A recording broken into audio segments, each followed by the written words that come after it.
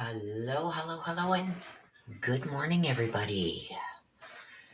Okay, so half an hour from now, 30 minutes from now, you guys, it's going to start. Let me give some shout outs to everybody. Patty, hello, hello. Susan, well, thank you for being here, Susan, and you're very welcome. Carol says, too many strange coincidences. I'll read the book. Yeah, read the book. I actually ordered another copy of it. Hello, Git. And for some reason, it's going to take like almost 2 weeks to get here. So I don't know why, but Summer Dawn, hello, hello, my love, and welcome.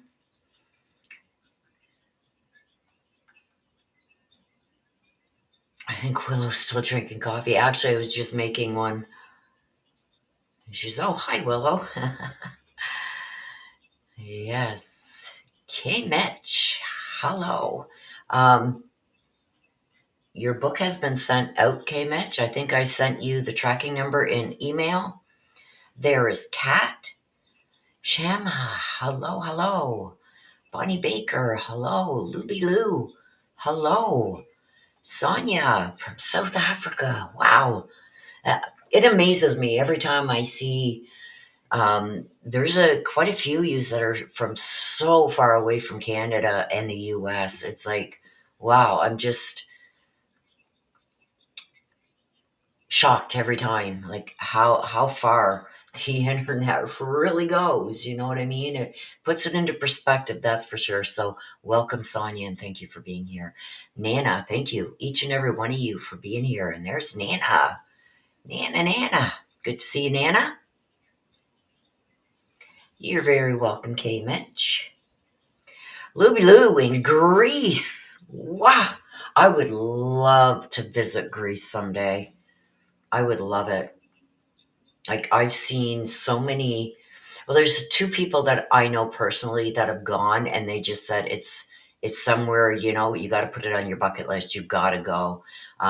Like, they show me all the pictures and everything, and they say the pictures don't do it justice. I would love to go to Greece one day. There's Sandra Lee. Hello, Sandra. So a lot of people are asking, oh, well, thank you, Sonia. You're so sweet. Thank you so much.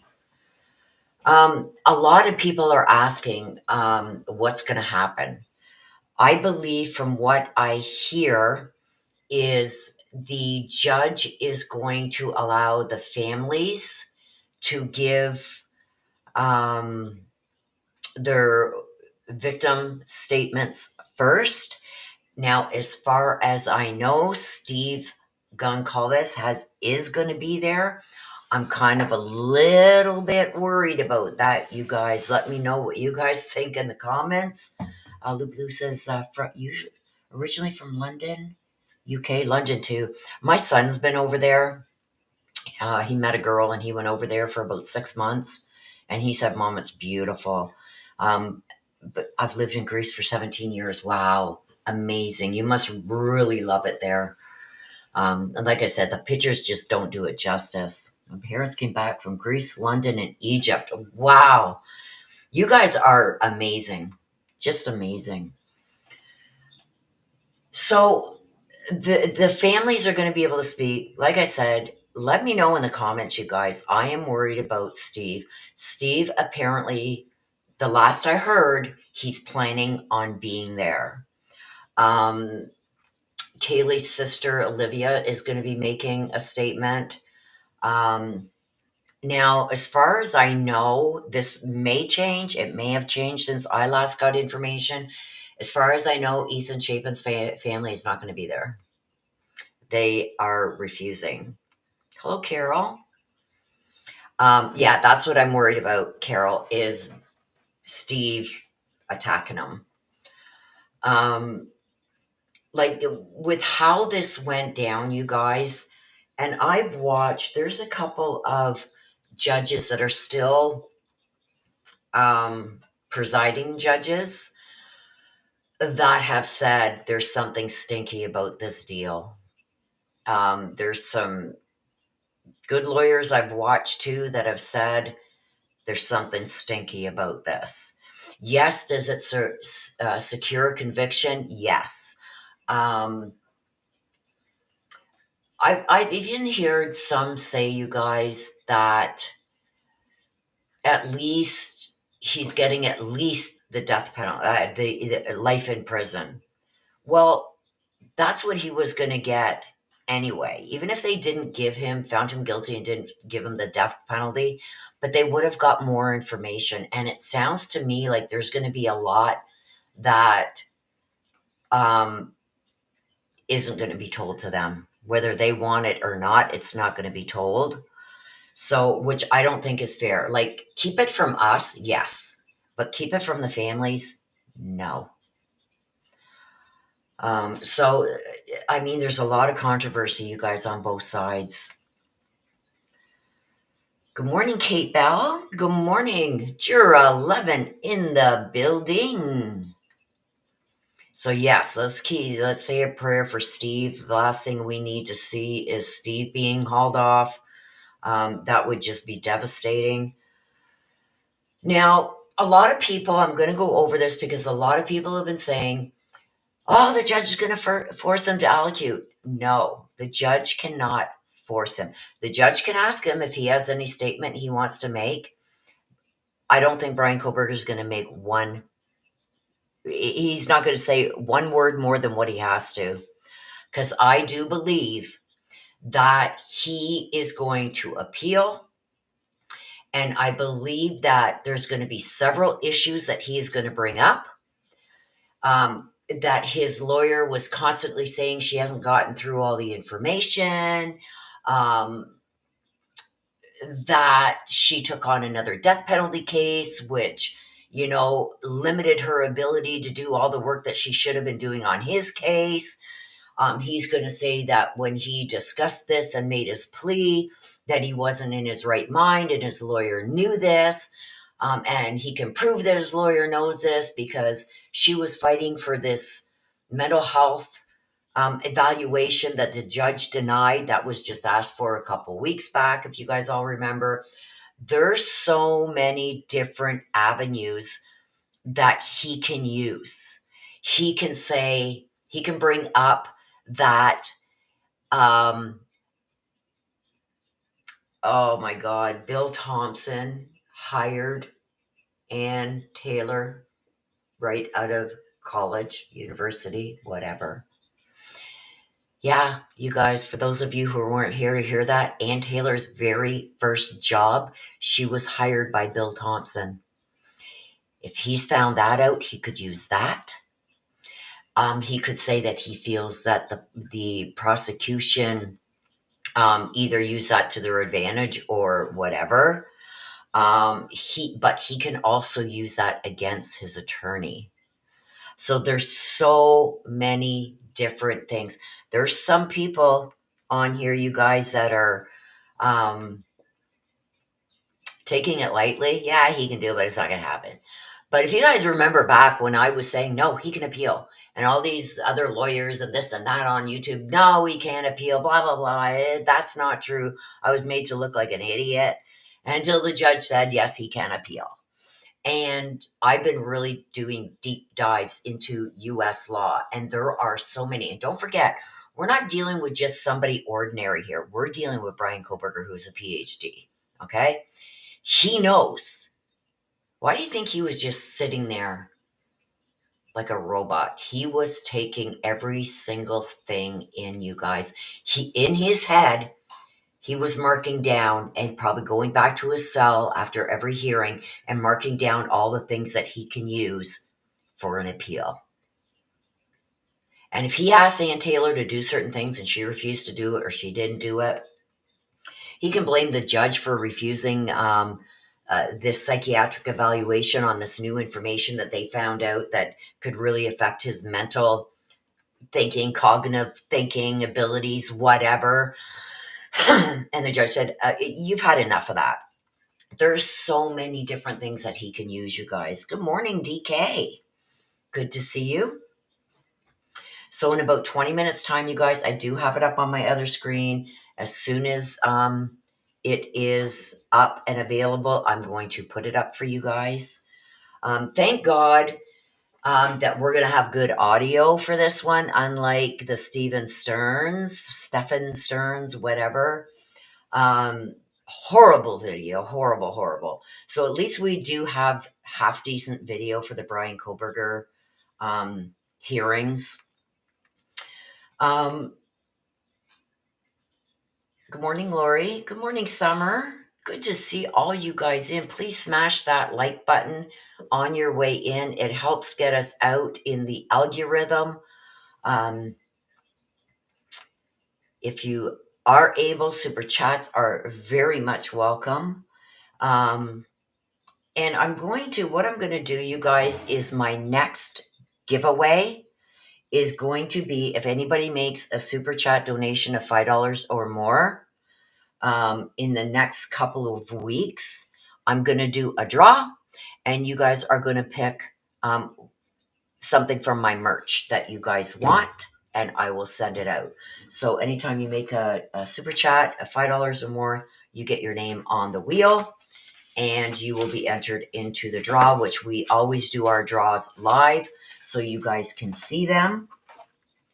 And I will be giving away, and you get to choose which one from my merch collections that you want. So I will be doing that starting today. And the super chat, super stickers, always help the channel to help me continue to bring this stuff to you so I can set aside time from the private reads and everything that I do, so I can set aside that time to do this for you guys too, and you get a chance to win merch. So I have like 3 or 4 different collections, you guys. They're really cute. There's one for even if you feel that your guardian angel is a pet, a beloved pet. I have one for that too. So there you go. Okay, let me just check here.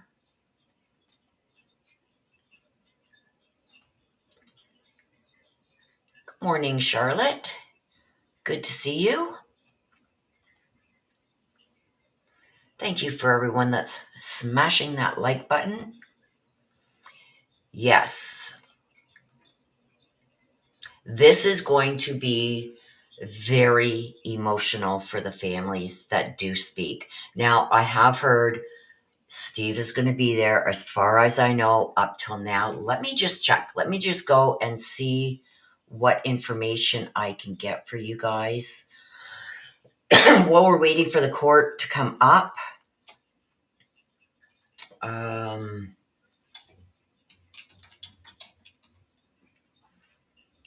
Let's see.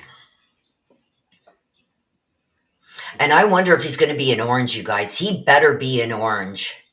Hi, Vera.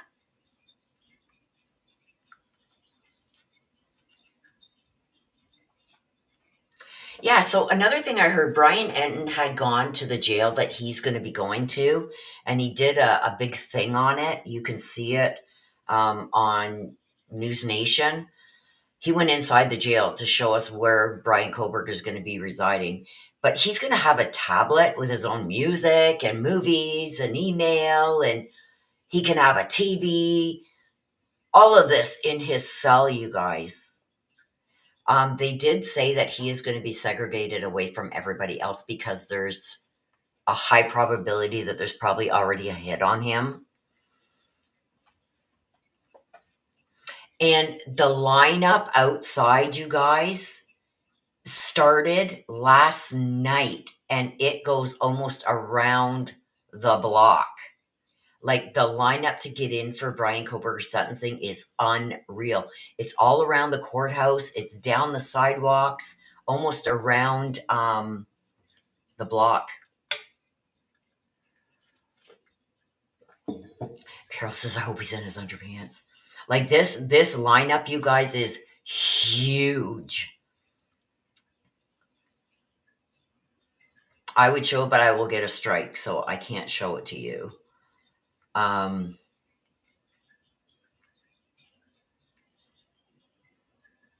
Yeah, so he went into Idaho's maximum security prison.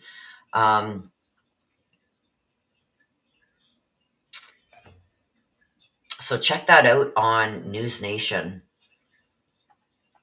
Holy crap, the lineup. So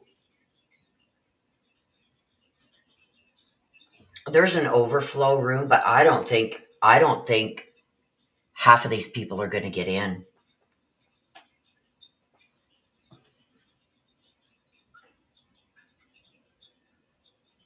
Wow. So I haven't heard yet, you guys, about what family members and everything are there yet. But as soon as I get that, I will give it to you.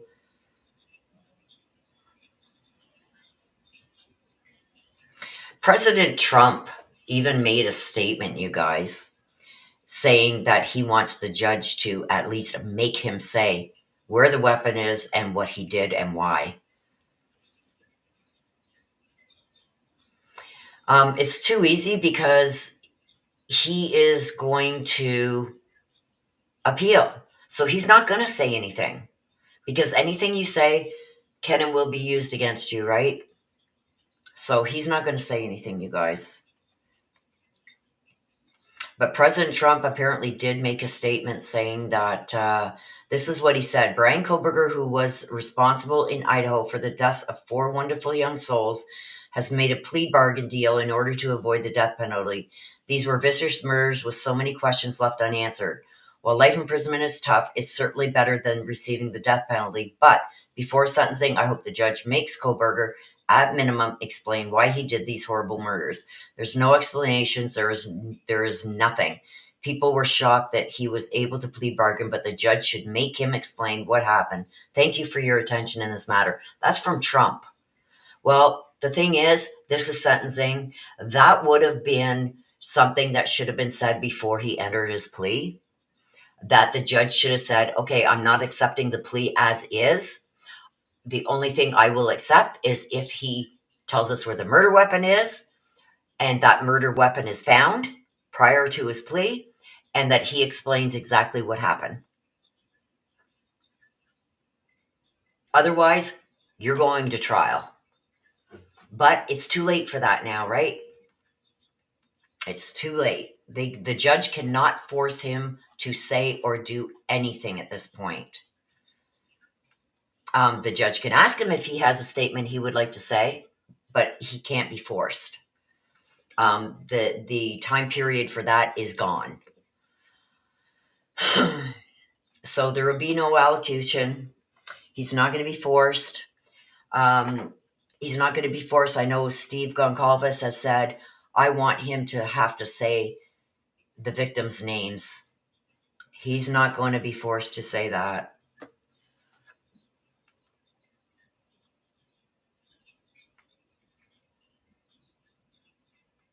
But yeah, don't expect. Okay, we are up, you guys. Let me just get the volume up on this and get my headset on. Okay, let me get this shared for you. Give me 2 seconds.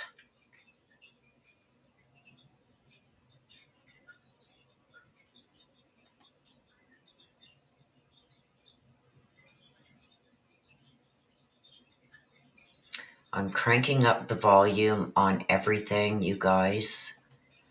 Okay, here we go.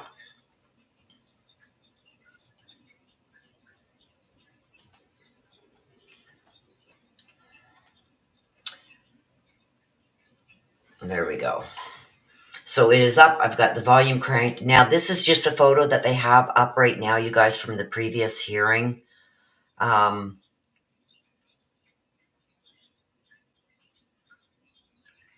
We've got another 13 minutes before they're supposed to start.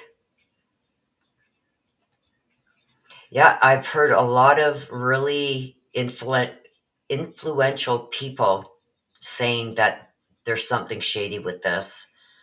Dacia Du says, I'm sorry, but Idaho has been very shady with this case, tearing the house down where it all happened. It's like they just wanted this to go away like it never happened. I agree.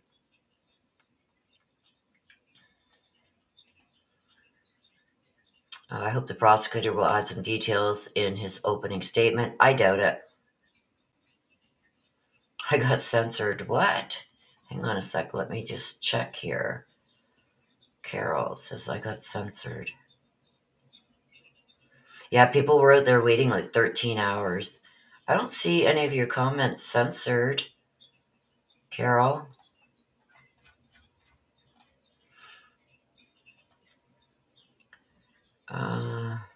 Yeah, it doesn't, Summer. It does not feel like justice at all.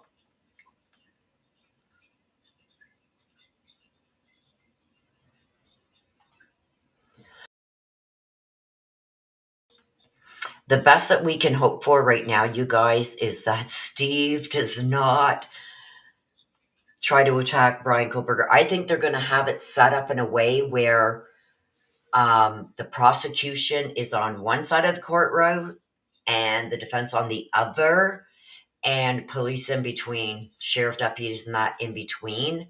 And they're going to try and keep Kohberger as far away from Steve as they can, believe me.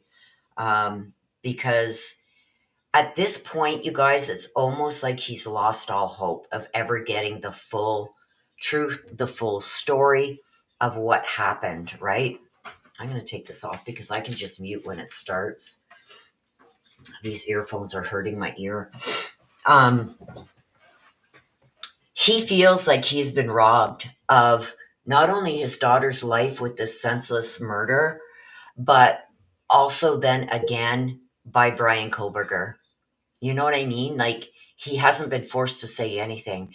And even the prosecution and all the different law enforcement agencies are making it as hard as they can for Steve to get any information. So at this point, I think he's basically thinking, I've got nothing left to lose by attacking this guy. I'm going to get my own justice since nobody's going to give it for my daughter. You know what I mean? Yeah. God rest his soul, Ozzy Osbourne. Black Sabbath, if you guys, I think I'm starting to show my age there now, but oh my God. And last night when I heard about his death, I played the song Mama, I'm Coming Home just for him. And that was one of my favorite songs that he did was Mama, I'm Coming Home. So I played it last night for Ozzy. Have you ever heard the song, Carol, Mama, I'm Coming Home? I'm not a fan of his really hard rock stuff, although I did listen to it when I was younger. But if you've never heard the song that he sings, Mama, I'm Coming Home, it's almost like Ozzy trying to get country, but not quite country. If you haven't, Carol, if it, I can understand why some people don't like any of his music, but that I believe is one song that even my grandmother liked was Mama, I'm Coming Home. It's the song is just amazing. Listen to it, Carol. For me, Carol, listen to Mama, I'm Coming Home by Ozzy Osbourne. It is, I think you will enjoy it. Dodgy says War Pigs. Yeah, that's one of the ones like my kids used to listen to it, and it's like turn it off. You want to listen to that? Listen to that when I'm not around. Like there are some good songs that Ozzy has, but the one that like my mom, my grandmother, my aunts, like all the older generation that used to shun us for listening to Ozzy Osbourne, they all loved that song, "Mama, I'm Coming Home." It's not a hard rock. It's not like a yelling, screaming. It's really docile. Yep. Rest in peace, Ozzy. I went to so many of his concerts when I was younger, you guys. Oh my gosh.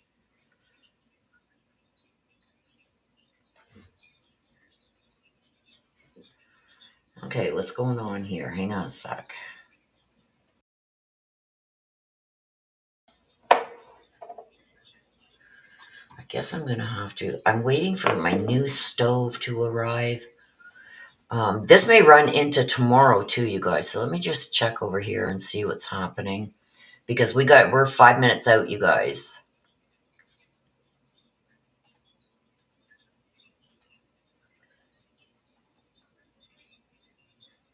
Uh,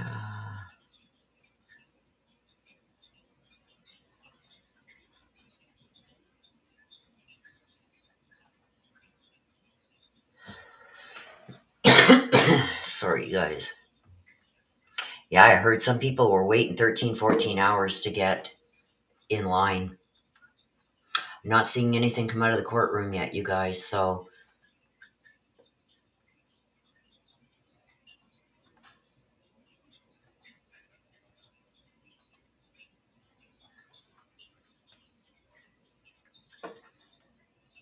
I'll look it up after court. Okay, Carol. I promise you. I promise you, you will like it.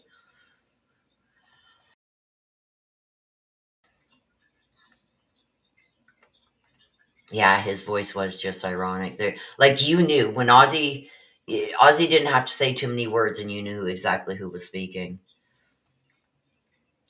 Mama, I'm coming home is so beautiful. Brings me to tears every time, especially after his last performance a week ago. Yep. I think he knew. I think he knew. K Mitch said I just saved it.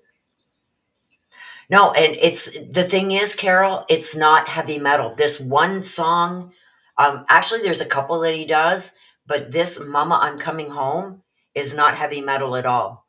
Even though I know it's Ozzy, I'm telling you, you will love it.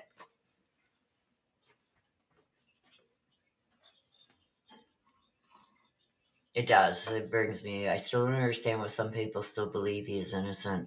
I know. I know. Yeah, Crazy Train is pretty cool too. I like that one. When I was younger, not so much now, but when I was younger. Going off the rails on a crazy train.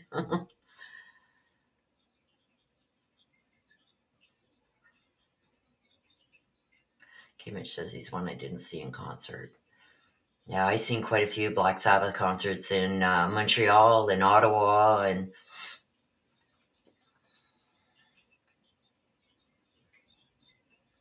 thank you, Carol. I love you. I'm telling you, you won't be disappointed. It's not like the heavy banging music. No, I think you will like it. So thank you. Pinky swear. That's a promise. Pinky swear. Mama, I'm coming home was very mellow. Yeah, like a ballad. One of his best for sure. Yep. Hello, Sarah, and welcome. We are about to start in about 5 minutes, ticking down.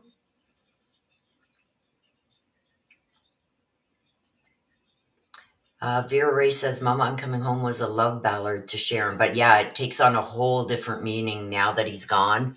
And he just, like, a week ago, his farewell tour that he did, um, I think he knew. I think he knew.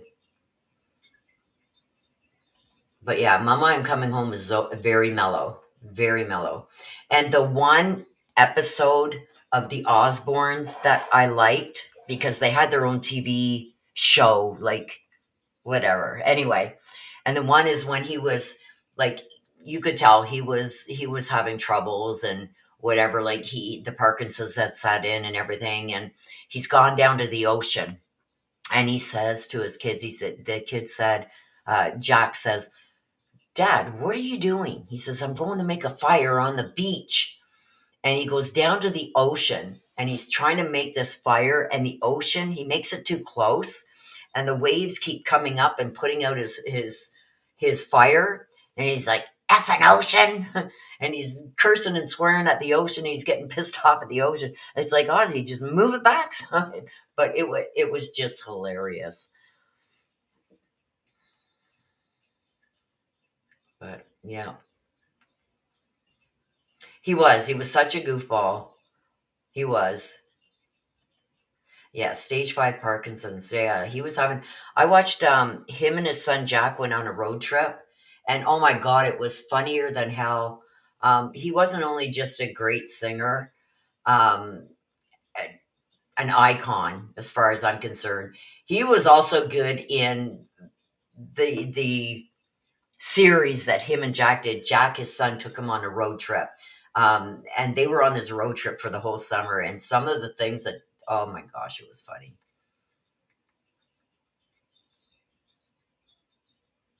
Yeah.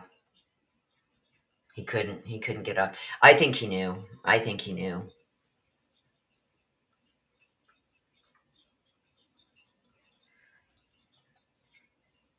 Yeah, he was funny. The road trip with him and Jack. Oh my gosh. Jack kept bringing that haunted doll, and Ozzy kept throwing it out and trying to get rid of it. And Jack kept getting another one and putting it back in the van, and Ozzy would flip out, and it's like just the look on his face is get that it's haunted, and oh my gosh, it was so funny. Like he's gonna be well remembered, that's for sure. But my hearts go out to Kelly and Jack and um, his wife, and it's like they're going through it right now. You know what I mean? I don't want to cry today. Aw.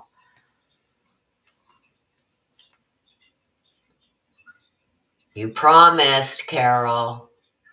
Okay, you guys, 1 minute and counting.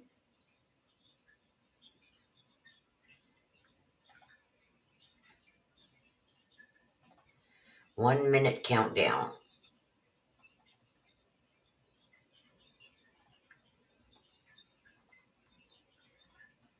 Oh my gosh, people were sleeping out there.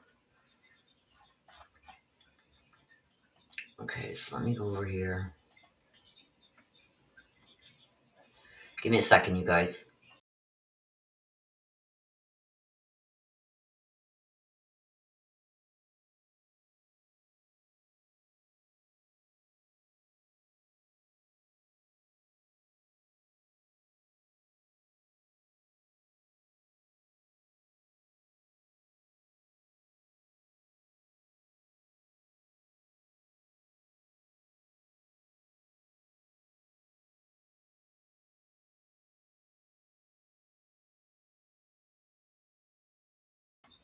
I'm trying to see if I can find out what the holdup is. Like, I can just imagine, like, I don't think the judge realized how bad this was going to be, like, for the lineups and stuff.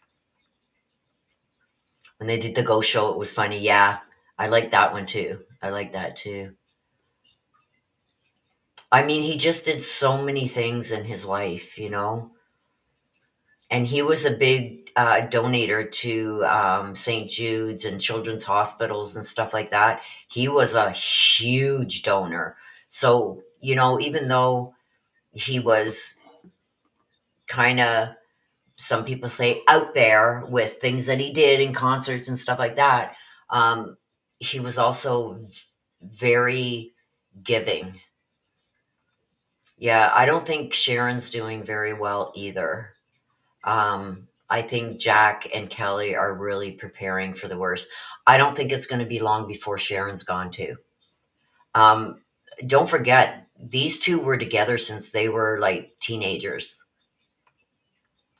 So I don't think Sharon's going to be too far behind him. I don't like saying it, but that's just my feeling.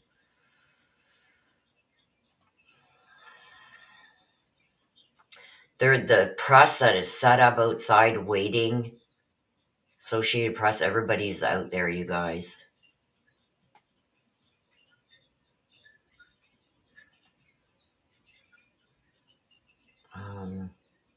Kind of Ada will come to order. The Honorable Judge Pipler. Okay, I'm going to mute. Be seated. Thank you. The one in the chat, if you guys can hear, please. Good. Need 5 minutes. SOB's in orange, and they got a close up of them. Good. You ugly, scummy, filth of the earth piece of shit. Oh. Okay, I take it back. I'm sorry, Your Honor. Put that back. Put that back on. Put that. Hey, what the actual F? It just cut out.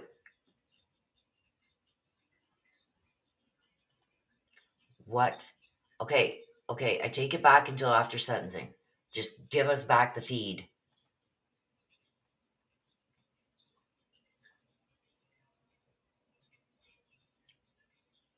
Hang on a second. Okay, hang on, guys.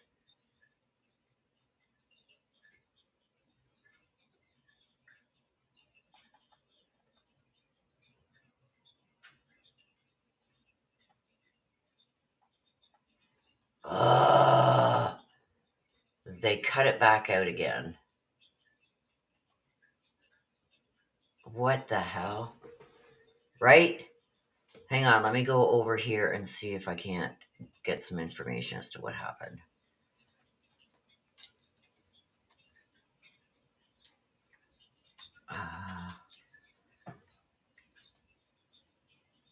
They might not be. The room is packed, apparently. And we just lost the feed. A lot of people were saying, oh, he's going to be in his suit one last time. No, he's not. He better be in orange because now he's convicted.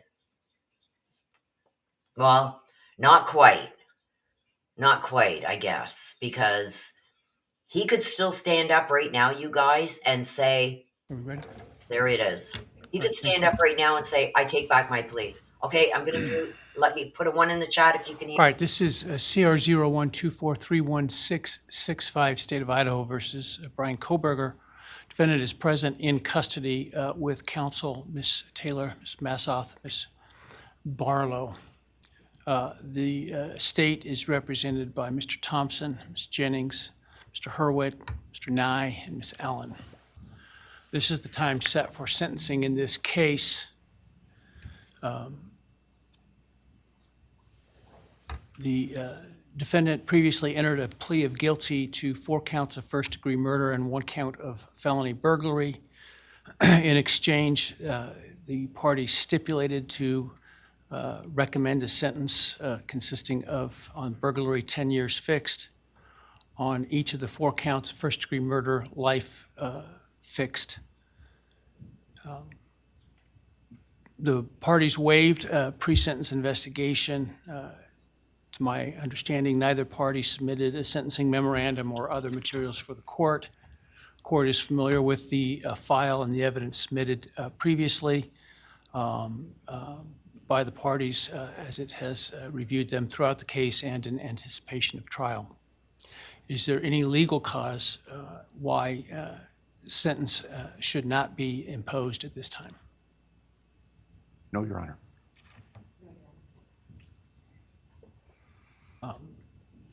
Does the state, before impact statements and arguments, wish to present evidence today? Your Honor, the state does not intend to present evidence in a documentary sense. We have provided the court through the clerk with photographs that we would like to use during the course of our sentencing argument. Sure. All right. Thank you. But no testimony other than impact statements? That's correct, Your Honor. All right. So with that, let's start with then impact statements. Ms. Jennings will be introducing the And my understanding, just so I'm clear, I indicated through the trial court administrator that we needed to see if any of the victims wish to have the camera not running and audio only. And my understanding is all of them indicated they are fine with the video. Is that correct? Yes, Your Honor, that's correct. All right, very well. Go ahead, Ms. Jennings. Your Honor, the first, and we're taking these in the order, victim impact statements in the order that the charges were listed in the indictment. The first charge being burglary. So we will have Bethany Funka's statement, and she has asked that her friend Emily Allant read that statement. All right, any objection to that? No objection. All right, very well.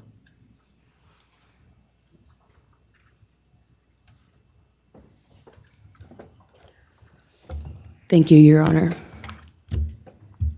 I'll be speaking on behalf of Bethany, and so, yeah, here it reads. My name is Bethany Funk, and I was roommates with Maddie, Kaylee, Xana, and Ethan. I not only lost some of my best friends, but I also lost a sister. Never in a million years would I have thought that something like this would have happened to my closest friends. I thought that we were going to wake up and go upstairs, see them and tell them how they had scared us and that they were going to tease us about how we are constantly scaredy cats. I make jokes about it as we would go to Taco Bell like always. But sadly, that is not what happened and what turned out to be my worst nightmare. When I first woke up that morning, I had no idea what happened. I woke up around 7 with a terrible toothache, so I called my dad, who is a dentist, and he asked what I should do. He told me to take Advil, so I did, and I went back to sleep. I was still out of it and still didn't know what happened. If I had known, I of course would have called 911 right away. I still carry so much regret and guilt for not knowing what had happened and not calling right away, even though I understand it wouldn't have changed anything, not even if the paramedics had been right outside the door.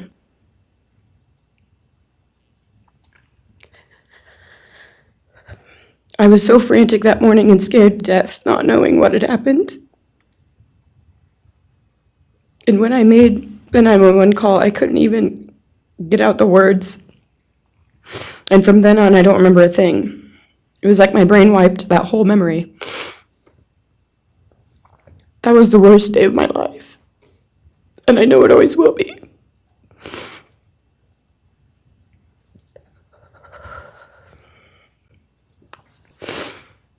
While I was still in shock, trying to process the fact that my friends were truly gone, I had been attacked by the public.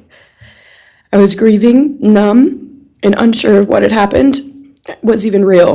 And at the same time, I was getting flooded with death threats and hateful messages from people who did not know me at all or know the dynamic of our friendship. Social media made it so much worse, and strangers made up stories to entertain themselves. The media harassed not just me, but also my family. People showed up at our house. They called my phone, my parents' phones, other family members' phones, and we were chased while I was still trying to survive emotionally and grieve the loss of my friends. I hated and still hate that they are gone, but for some reason, I am still here and I got to live. I still think about this every day. Why me? Why did I get to live and not them? For the longest time, I could not even look at their families without feeling sick with guilt. I did not know what to say or what to do. I was terrified that my presence just made their pain worse, and I was still here when their kid, their siblings, and their friends, their loved ones should have been here instead. After everything happened, I was afraid to go into my own backyard or alone in my house. I was scared that the person who did this would come for me next.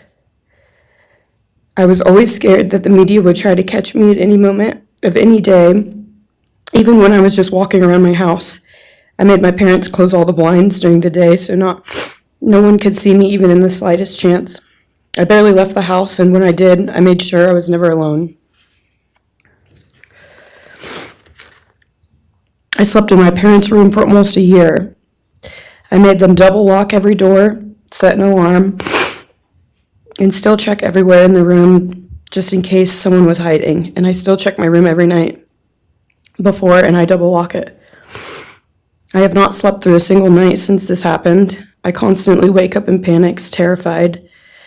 Someone is breaking in, or someone is here to hurt me, or I'm about to lose someone else that I love. The fear never really leaves.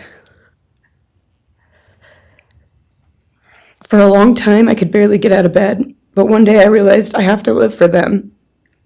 They did not get the chance to keep living, but I do, and I will not take that for granted. So now every day I remind myself to live for them, and everything I do it with them in mind. I am still scared to go out in public, but I force myself to do things because I know that they would want me to keep living my life to the fullest. I am beyond blessed to still be here, and I refuse to take that for granted when they did not get a chance. Our house was not just a house, it was a home. It was where we laughed till we couldn't breathe, make meals, did crafts, binge watch reality shows, played games, and spent lazy days on the couch. It was movie nights, wine nights, morning debriefs, pranks, hot chocolate, cookies, and warmth. I will cherish those memories forever, and I will not let what happened erase how special our home was or how much those memories meant to me. Now I would like to share some bits and pieces of who they were as people and some of the memories that we shared. One of my favorite memories was Halloween, and we all went to Sigma Chi. But instead of partying, we just sat in an apartment, talking and laughing all night long. I do not think I've ever laughed that hard in my life. We did not care about the party. We were just happy to be with each other. Xana was 1 in a million. She was the life of the party.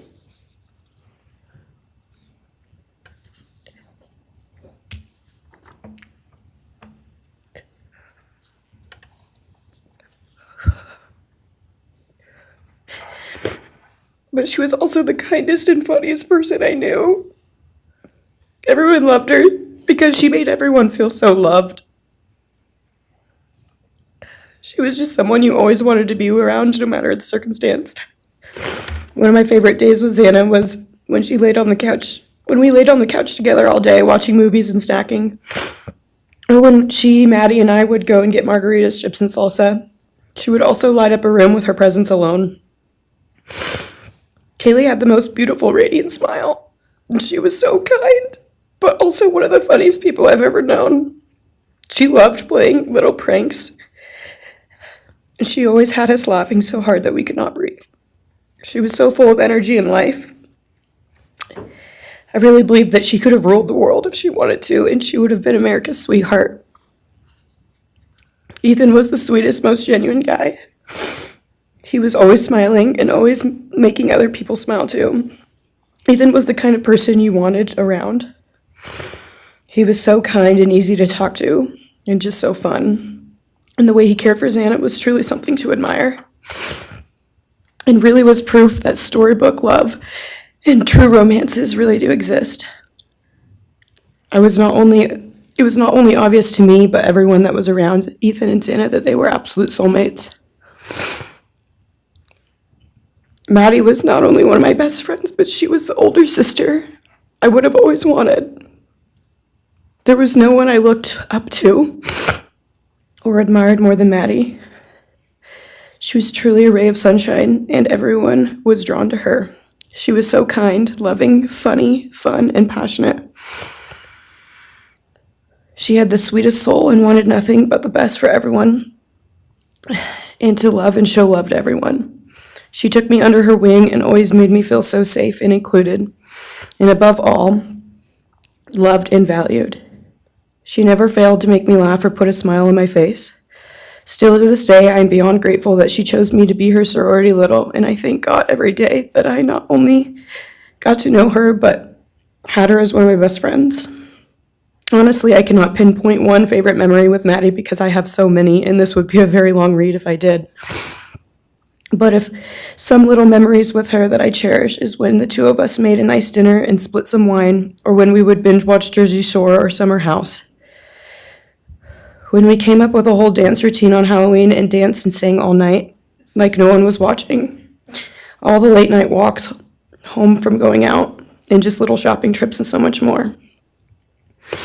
I am beyond blessed that I had the chance to know each and every one of them.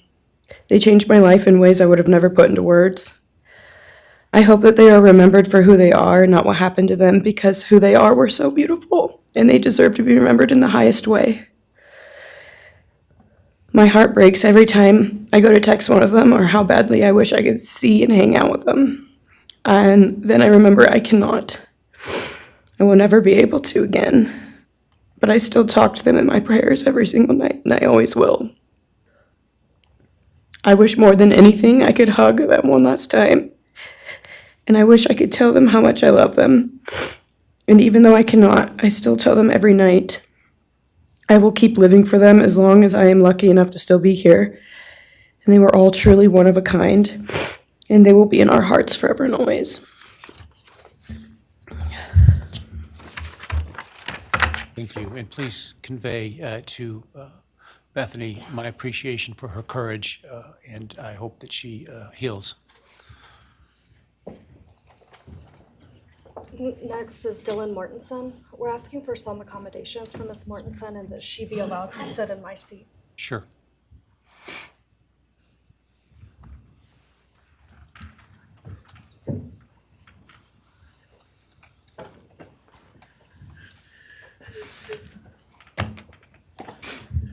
Dylan, just take your time, all right?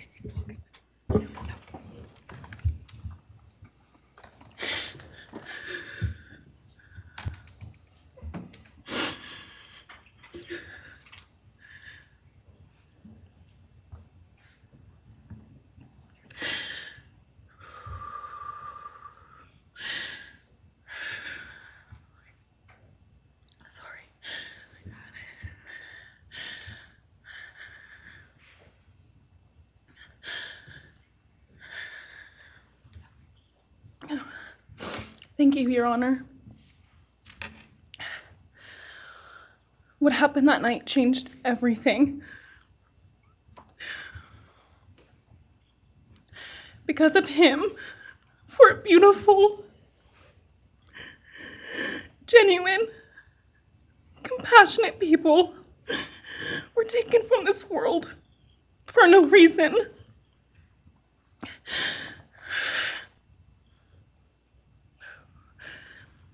He didn't just take their lives. He took the light they carried into every room. He took away how they made everyone feel safe, loved, and full of joy. He took away the ability for me to tell them that I love them and that I'm so proud of them. He took away who they were becoming and the futures they were going to have. He took away birthdays, graduations, celebrations, and all the memories that we were supposed to make. All of it is gone. And all the people who loved them are just left to carry that weight forever. He didn't just take them from the world. He took them from me, my friends, my people who felt like my home, the people I looked up to and adored more than anyone. He took away my ability to trust the world around me. What he did shattered me in places I didn't know could break. I was barely 19 when he did this. We had just celebrated my birthday at the end of September. I should have been figuring out who I was. I should have been having the college experience and starting to establish my future. Instead, I was forced to learn how to survive the unimaginable. I couldn't be alone. I had to sleep in my mom's bed because I was too terrified to close my eyes. Terrified that if I blinked, someone might be there. I made escape plans everywhere I went. If something happens, how do I get out? What can I use to defend myself? Who can help? Then there are the panic attacks. The kind that slam into me like a tsunami out of nowhere. I can't breathe. I can't think. I can't stop shaking.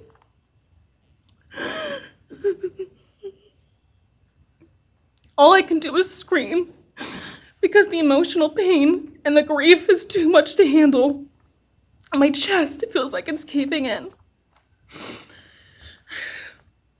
Sometimes I drop to the floor with my heart racing, convinced something is very wrong. It's far beyond anxiety. It's my body reliving everything over and over again. My nervous system never got the message that it is over, and it won't let me forget what he did to them. People call me strong. They say I'm a survivor, but they don't see what my new reality looks like. They don't see the panic attacks, the hypervigilance, the exhaustion, the way I scan every room I enter, the way I flinch at sudden sounds. They don't know how heavy it is to carry so much pain and still be expected to keep going, and that's because of him. He stole parts of me I may never get back. He took the version of me who didn't constantly ask, what if it happens again? What if next time I don't survive?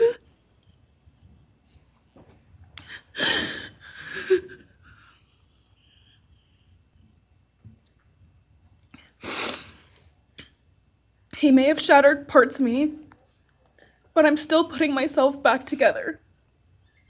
Piece by piece, I'm learning how to live in this new version of life. It is not easy. It hurts, but I'm still trying. Still trying, and I'm not trying just for me. I'm trying for them, my friends. About a year ago, I had a dream about them. I got to say goodbye. I told them I won't be able to see you again, so I need to tell you goodbye. They all kept asking why, and all I could say was, I can't tell you, but I have to. When I woke up, I felt shattered and heartbroken. but also strangely grateful. Like maybe in some way that dream gave us the goodbye we never got. Still, no dream can replace them, and no goodbye will ever feel finished.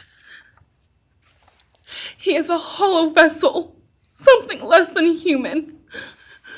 A body without empathy, without remorse. He chose destruction. He chose evil. He feels nothing. He tried to take everything from me. My friends, my safety, my identity, my future. He took their lives, but I will continue trying to be like them to make them proud. Living is how I honor them. Speaking today is to help me find some sort of justice for them. And I will never let him take that from me. He may have taken so much from me, but he will never get to take my voice. He will never take the memories I had with them. He will never erase the love we shared, the laughs we had, or the way they made me feel seen and whole. Those things are mine. They are sacred, and he will never touch them. I get to feel sadness. I get to feel rage. I get to feel joy even when it's hard. I get to feel love even when it hurts. I get to live. And while I will still live with this pain, at least I get to live my life. He will stay here, empty, forgotten, and powerless. Dylan, thank you so much for your courage. I appreciate it.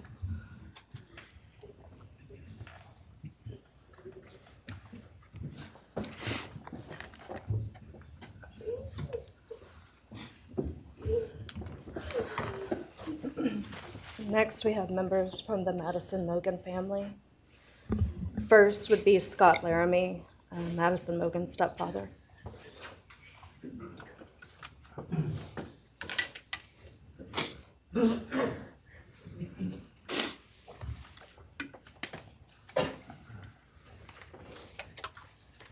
Standing by him is Karen Laramie, Madison's mother.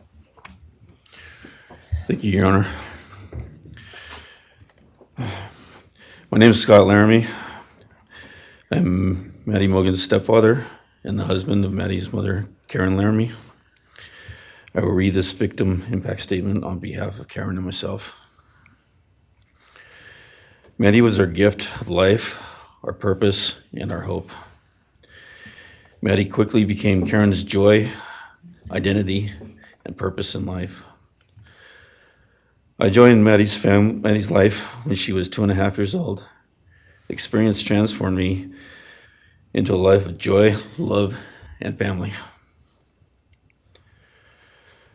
Maddie was bright, beautiful, kind, empathic. She listened carefully to others and was observant, seeing and caring about the hearts and the minds of all she encountered. She loved music and music festivals. She had a wonderful sense of humor. She excelled in school.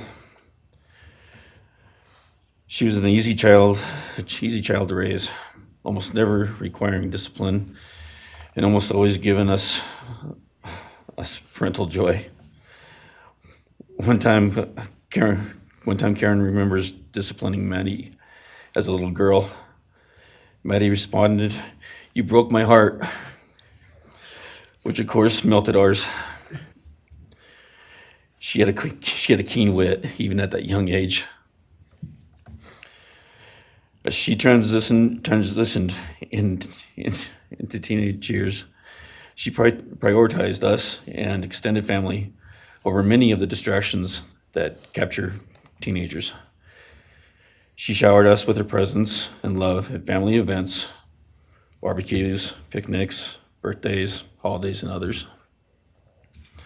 She spent countless hours with her papa, her Uncle David, Aunt Nadine, and her other close family and friends.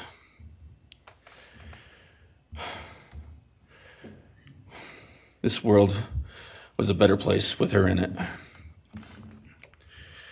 As she reached adulthood, Maddie applied her studies to be a marketing professional entering into an internship at Payne West, and started planning her professional future.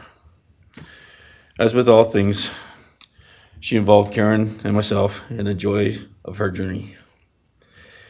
As she transitioned into womanhood, Karen and I continued to be astounded at this wonderful and accomplished person we had created. All parents dream of their children accomplishing more than them. We realized this dream. All we had not become, she was becoming. Karen and I are ordinary people, but we lived extraordinary lives because we had Maddie. Maddie was taken senselessly and brutally in a sudden act of evil.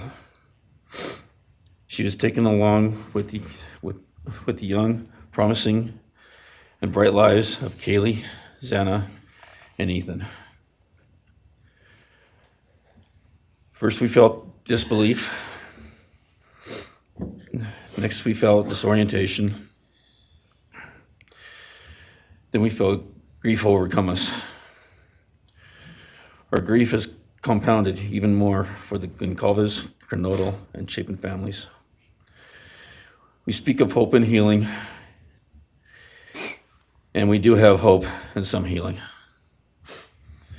But the vast emotional wound will never fully heal.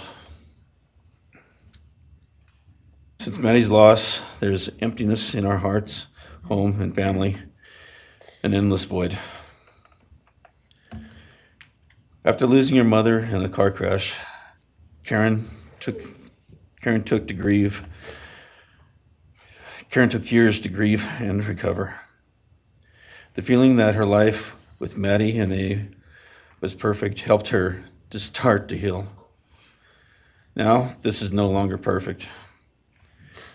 After Maddie's loss, Karen felt like she was spinning out, emotionally collapsing into anxiety and depression. She sometimes asks, how am I supposed to go on when I've lost my favorite person in the world? I felt the same, and we continue to struggle. The loss of Maddie has impacted so many beyond our family. Her second family is her sorority sisters who grieve alongside us. She has so many close friends who suffer from her loss. We will continue to be. Her loss will continue to be felt by the Vandal community, including Vandal Solutions on campus, where she volunteered her time for others.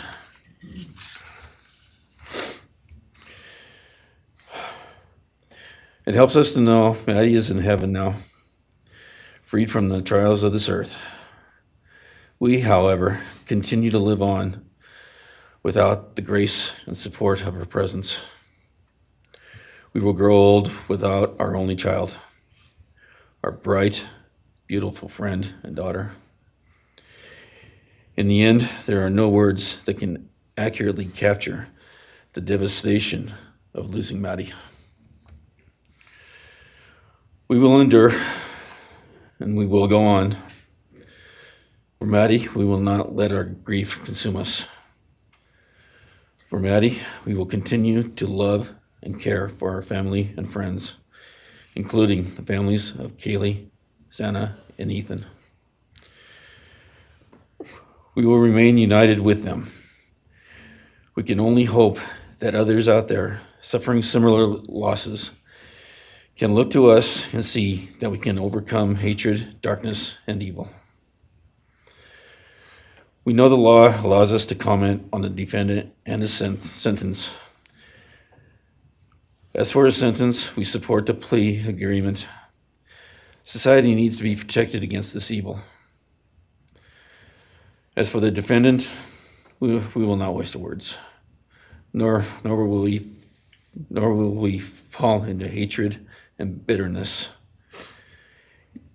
Evil has many faces, and we now know this, but evil does not deserve our time and attention. We are done being victims. We are taking back our lives. We will turn our time, talents, and attention to hope, healing, and helping others, and to the future. We invite all those who have suffered with us on this to join us in our journey. We can make this world a better place. We can move on from tragedy. Adversity will visit us, evil will visit us, but we will overcome. We can and will endure. Karen and I express our gratitude to Your Honor and to the prosecution team for allowing us the opportunity to make this statement. Thank you. Thank you so much for your courage, and I am so sorry for your loss. God bless. Your Honor.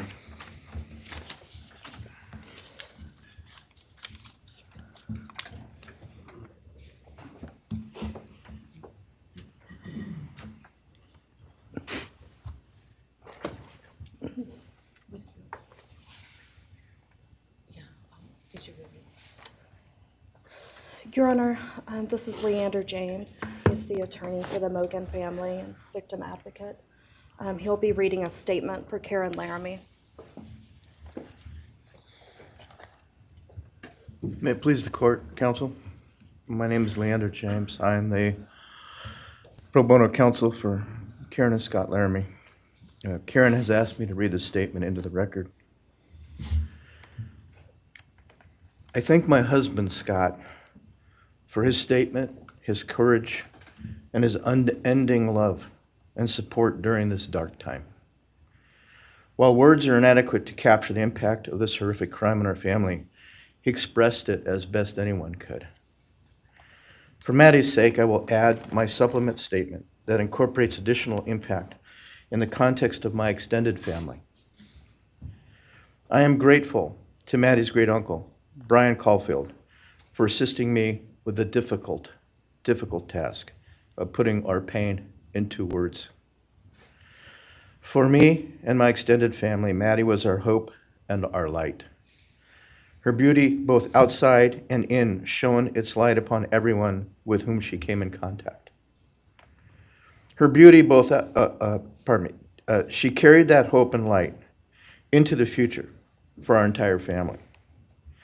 We have memories of our Maddie and grief and pain at her being taken from our presence.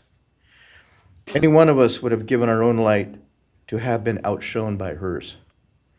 We now look to our Creator to know that her light continues where we look to see her in His presence.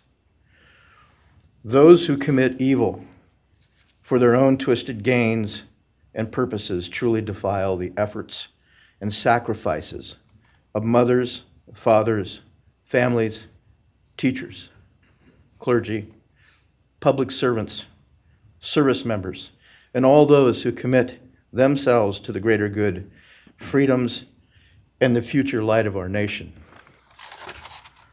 Condemnation falls heavily upon those who squandered the lives of our future hopes and dreams. Some may offer forgiveness for what the defendant has done. However, we cannot at this time, or perhaps ever, nor will we ask for mercy for what he has done. His acts are too heinous. The agony and grief he has caused, too great. But we will waste no further words or thoughts on him. For Maddie's sake, we will move on. We will do our best to carry Maddie's light into this world and make it a better place. I thank the court and the prosecution for allowing me the opportunity to make my statement, and I thank all those who have and will support my family and the families of Kaylee, Xana, and Ethan. Thank you. Thank you. Thank you, Mrs. Laramie. Appreciate it.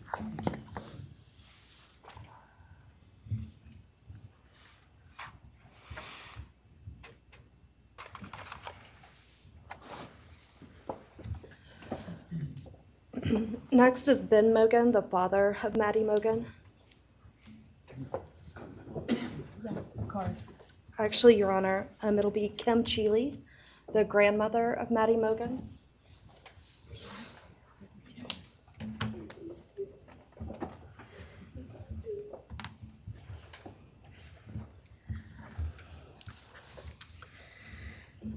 My name is Kim Cheeley.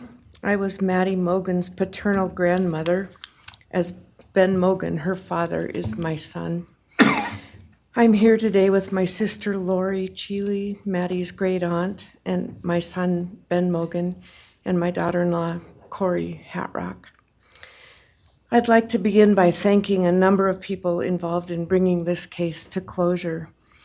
In my daughter's words, the plea deal the prosecution team reached this month is one that punishes the perpetrator of this horrendous crime, protects the public from further harm, and allows all of us who knew and loved these kids the time to grieve without the anxiety of the long and gruesome trial, the years of appeals, and potential for mistrials along the way. My family and I are so grateful to Bill Thompson and his prosecution team for their dedication and painstaking work that forced the perpetrator to admit his guilt. We want to thank the Idaho State Police, the Moscow Police Department, the FBI, and Judge Hippler. We'd also like to thank the University of Idaho officials who have treated the families of the victims with such dignity and kindness, and who have honored the 4 victims beautifully. Maddie was my first grandchild, so when she was born, all her grandparents had the distinct pleasure of deciding what we'd like to be called. I chose Nana, pretty original. But when Maddie was about a year and a half old, her papa, Ben's dad, and I were planning to visit the new little family in Oregon. Maddie didn't have an extensive vocabulary at the time, but for some unknown reason, she called bananas ba-deedle-deedles. When Karen and Ben told her Nana was coming to visit, she figured, I say deedle-deedle for that word. So I became deedle-deedle, shortened to Deedle when she was about 6 or 7, and I was Deedle all her life. I don't think her stepdad, Scotty, ever knew my given name was Kim. Maddie's and my birthdays were one day apart, and a couple years before she was killed, she gave me this necklace with Deedle and Maddie engraved on it, and I added an angel wing, and it's one of my treasured possessions. I also got an angel wing tattoo, never thought I'd see the day, but along with many members of our family, replicating the one that Maddie and her sorority sisters had. I wanted mine where I could see and touch it often. From preschool through grade school, I stopped teaching piano lessons early on Wednesdays and picked Maddie up for bubble baths, brownies, and books. It was our special time together, and she went home those nights in her jammies with a pan of warm brownies for her family. Although Karen and Scotty raised Maddie and did such a lovely job of parenting, we Mogens were lucky to have her for holidays and many other family gatherings. We'll always have our treasured memories of Maddie growing up in our big, extended, cooperative family, and I thank Karen and Scotty Laramie for being so generous and open and sharing Maddie with her Mogen side of the family. When the 4 kids were murdered, the foundation fell out of our world. Initially, the fear was truly debilitating. The first 6 weeks were excruciating. Despite the vigils, memorials, candlelight gatherings of students, friends, family, community members. After the arrest, in the past 2.5 years, my family has lived with grief, with the effects of traumatic grief, of which I was blissfully unaware before all of this. I now have a stack of books on grief.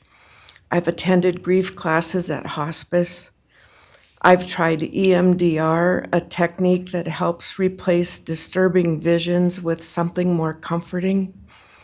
My son Ben, his two sisters, Maddie's aunts, and I have all experienced depression and anxiety and sleep disturbance, requiring medical intervention at times. We've all sought counseling off and on. The struggle with media attention was extremely difficult, especially for Ben. No one should live through the violent murder of one's child. Some days it's beyond me how the parents of these kids are still upright. I'm thankful for the strong families and communities that are supporting the survivors. At the time, I could think of only two blessings surrounding the horrific murders.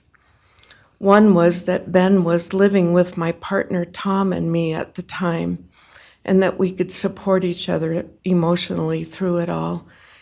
Sadly, Tom died a year ago of a rare brain cancer, and he won't be here to see justice served. He was our family's rock, and we all miss him every day. A second blessing is that my mother died of COVID several months before the kids were killed, and she didn't have to live through the horror. It was difficult to identify blessings. So we've all lost our dear child and a future with her. I ache for the loss of the dreams that she and her true love, Jake, held. And my heart goes out to Karen and Scotty and your side of Maddie's family. You've had more than your share of loss. My heart aches for the kids' roommates and the families of the other victims, and also the family of the perpetrator.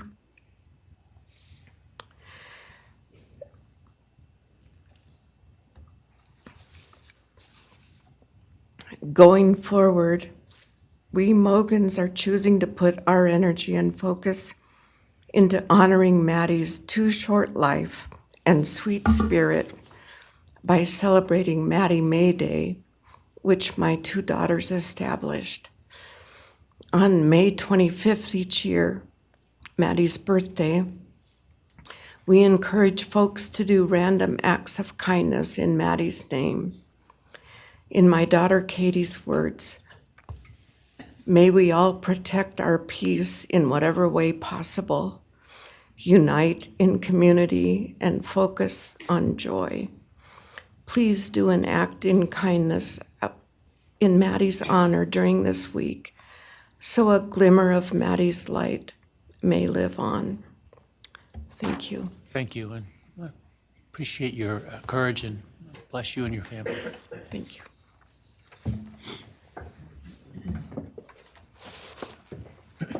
Now it's Ben Mogen, Maddie Mogen's father.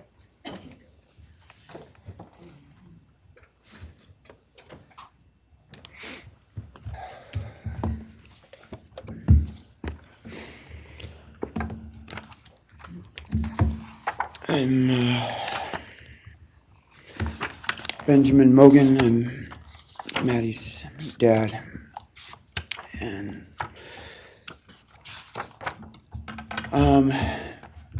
first I just want to say thanks to all the people that helped bring this all to a close. I know it's not the resolution that everyone wanted, but I think that that everyone worked so hard, and we really appreciate all their efforts. It was such a hard thing to go through for everybody.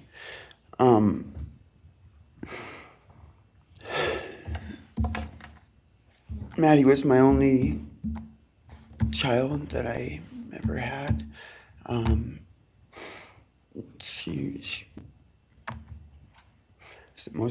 the only great thing I ever really did, and the only thing I was really ever proud of. And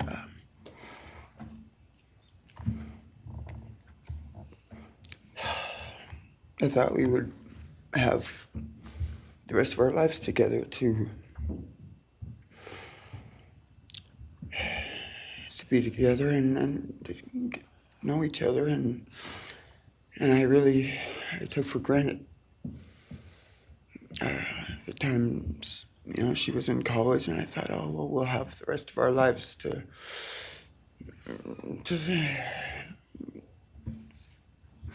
do all the stuff that we're supposed to do, and she was just about done. She actually earned all of her credits for her college degree, and Karen and Scotty and I got to go and get her diploma that she actually earned, and she deserved every bit of that. And but I thought that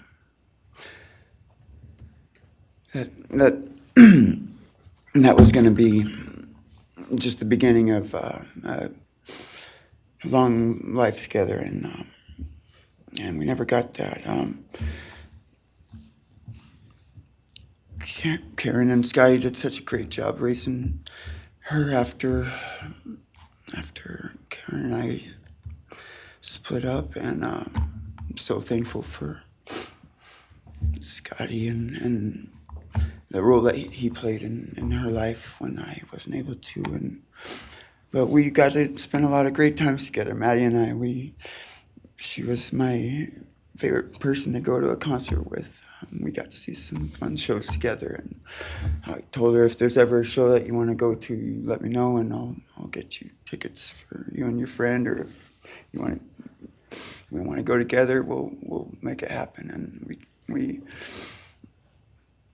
my favorite memory with her was when the Mac Miller show sold out here in Spokane, and everyone wanted tickets, no one could get them, and on the last day before the show, they did a radio thing, and I got 4 meet and greet tickets for Maddie and her friends and me to go and see the show, and that was her favorite artist at the time, was Mac Miller, and he's gone now too, and my little cousin Zach drove us all there that night, and he's gone too, tragically, and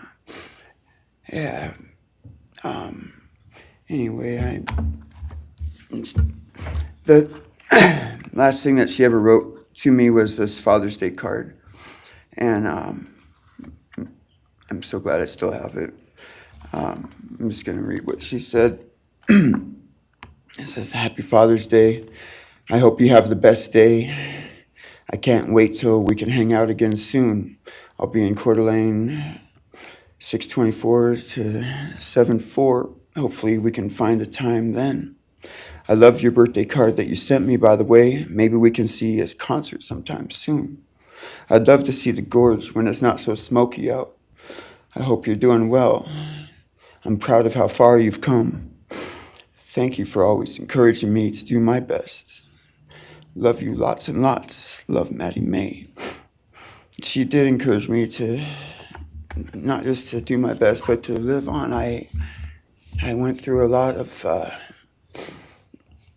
issues with addiction and with substance abuse, and when I wasn't wanting to live anymore, she was what would keep me from just not caring anymore, and knowing that she was out there and that she was just such a beautiful person kept me alive a lot of rough moments, and I'm so glad that she was able to meet Jake. He was the only one that actually ever got to take her to the gorge. They went and saw Watershed together, and they had a heck of a time. I'm just glad she got to. That's a really special place for me, and she always wanted to work out there with me in the summer sometime. She never got to, but at least she got to see it once with Jake. He was such a great guy. He is such a great guy. And I really wanted to see what a future with them would have looked like. I'll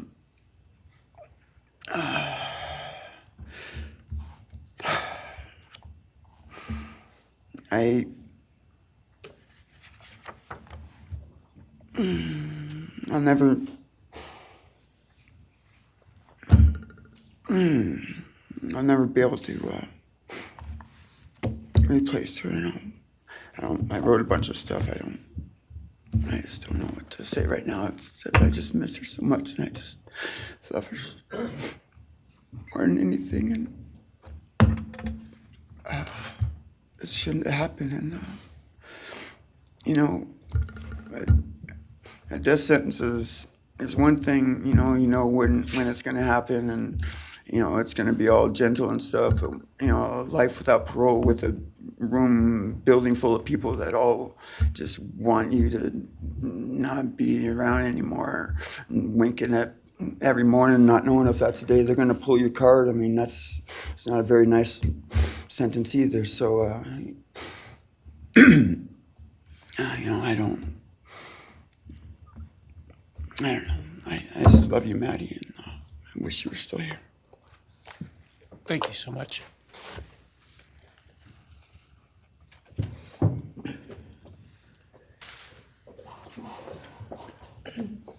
Your Honor, next would be members from the Kaylee Goncalves family. First will be her father, Steve Goncalves.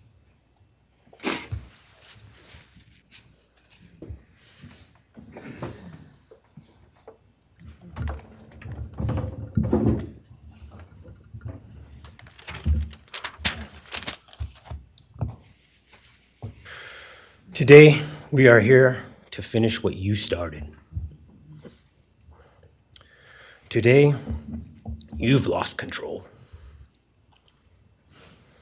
Today, we are here to prove to the world that you picked the wrong families. The wrong state, the wrong police officers, the wrong community. You tried to break our community apart. You tried to plant fear. You tried to divide us. You failed. Instead, your actions have united everyone in their disgust for you. I just learned from these lead investigators, to their shock, they worked in an investigation and actually worked with Pennsylvania police officers and the federal FBI. You united everyone. Everyone was united after you. None of us are divided. We are united in our disgust and our love for these children. Today you have no name. Because when this all started, we all came together and we said, let's stop even talking about his name and just use initials. So even the media just calls you BK. That's all you are. Looking back when the police officers knocked on my door, told me what happened to my child, told me what happened to Maddie Mae, I don't think he was even out of the driveway before my kids turned around, looked at me and said, what do we do, Dad? I told them, you get to work. You get your ass to work.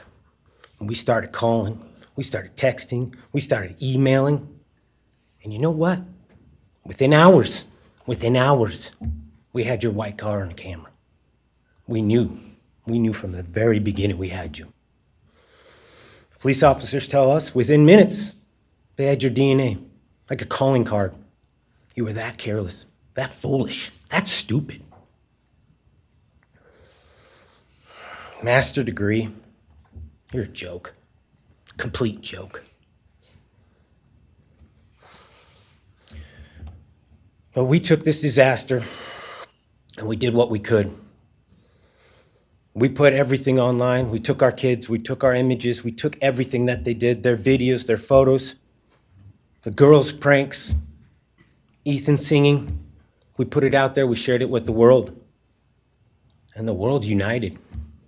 And all they ended up, when they talked about this case, is they talked about Kaylee Jade, Maddie Mae, Xana, and Ethan.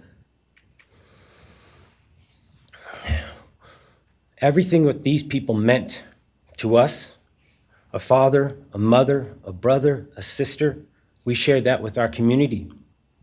Then we shared it with our state. We shared it with the country, and eventually we shared it with the world. The world's watching because of the kids, not because of you. Nobody cares about you. You're not worth the time, the effort to be remembered.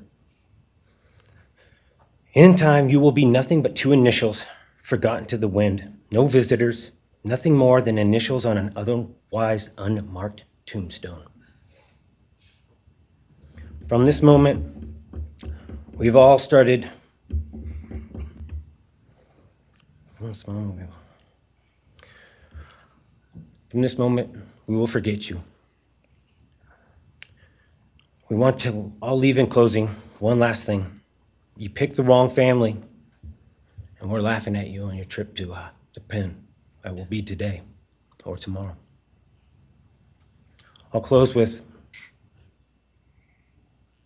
God bless all the men and women that worked on this case and all the hard work that you guys did. You guys allowed us to grieve and allowed us to get through this. The amount of work that you guys put together and the way that you guys put it together was beautiful. There was hard times to be expected. But thank you all, and God bless. Thank you.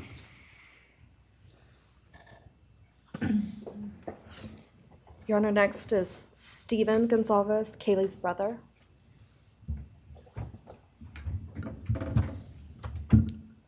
Stephen's actually gonna pass. I'm gonna go. Okay. Olivia Goncalves, Kaylee's sister. Hello, I'd like to start by thanking the court for allowing me the time and opportunity to speak today. My name is Olivia, and I am the big sister of Kaylee Goncalves, and I was blessed to love Madison Mogen as a sister too. I'm not here today to speak in grief, I'm here to speak in truth. Because the truth is, my sister Kaylee and her best friend Maddie were not yours to take. They were not yours to study, to stalk, or to silence. They were 2 pieces of a whole, the perfect yin and yang. They are everything that you could never be. Loved, accepted, vibrant, accomplished, brave, and powerful. Because the truth about Kaylee and Maddie is they would have been kind to you. If you had approached them in their everyday lives, they would have given you directions, thanked you for the compliment, or awkwardly giggled to make your own words less uncomfortable for you. In a world that rejected you, they would have shown mercy. Because the truth is, I'm angry. Every day I'm angry. I'm left shouting at the inside of my own head everything I wish I could say to you. The truth about me is when I heard the news, I didn't cry. I listened for them. I promised them I would. That I would fight for them, that I would show up, no matter what it cost me. I swore I'd never let them feel alone. Because you see, I've always been their heavyweight. I've always been the one to fight the battles they didn't feel ready to fight themselves. All it ever took was a call, and they knew I would handle it for them, no matter the time, no matter the cost. They could wave their white flag because they knew I would never back down. Not for them, and not even death could change that. Somewhere along the line, I started to think about what I would say to them if I was given just one last chance. If I could gather enough heartbreak or love or sacrifice or whatever it took to get just one message across. What would I say? Throughout this entire process, I've written my feelings down at every moment, my wishes, my love, my denial, my anger. And as one final act of love, I'd planned to read these thoughts, even jarring and discombobulating and not even making sense. Because for me, that was true love. As bare and as naked as it could be, not laced in pretty words or dressed for the occasion, but written through bleary eyes at 2 a.m. with clenched fists, angry at this reality. My true final act of love was to continue on without them, for them. That dream to read aloud my love to them, to bring meaning through pain, was the latest blow in realizing you don't deserve it. And Kaylee and Maddie don't need it. Kaylee and Maddie have always known my love, and they would never ask me to prove it by further victimizing myself to a defendant who has shown no guilt, no remorse, no apprehension. They would say to me, "Why would you give the satisfaction of showing vulnerability now? You promised you would never back down." And for that clarity, I'm thankful. I won't stand here and give you what you want. I won't offer you tears. I won't offer you trembling. Disappointments like you thrive on pain, on fear, and on the illusion of power. And I won't feed your beast. Instead, I will call you what you are: sociopath, psychopath, murderer. I will ask the questions that reverberate violently in my own head, so loudly that I can't think straight most any day. Some of these might be familiar, so sit up straight when I talk to you. How was your life right before you murdered my sisters? Did you prepare for the crime before leaving your apartment? Please detail what you were thinking and feeling at this time.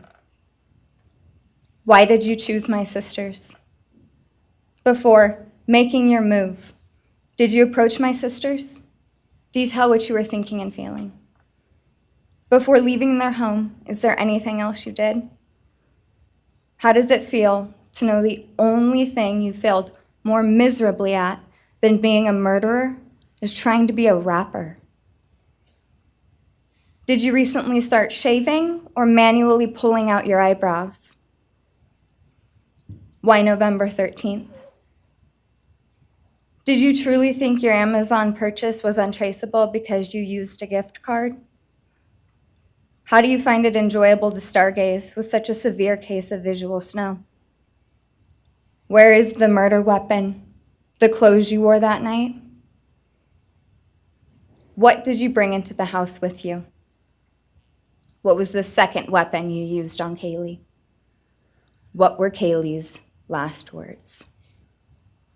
Please describe in detail the level of anxiety you must have felt when you heard the Bearcat pull up to your family home on December 30th, 2022. Which do you regret more? Returning to the crime scene 5 hours later, or never, ever going back to Moscow, not even once, after stalking them there for months? If you were really smart, do you think you'd be here right now? What's it like needing this much attention just to feel real? You're terrified of being ordinary, aren't you? Do you feel anything at all? Or are you exactly what you always feared? Nothing. If you're so powerful, then why are you still hiding, defendant?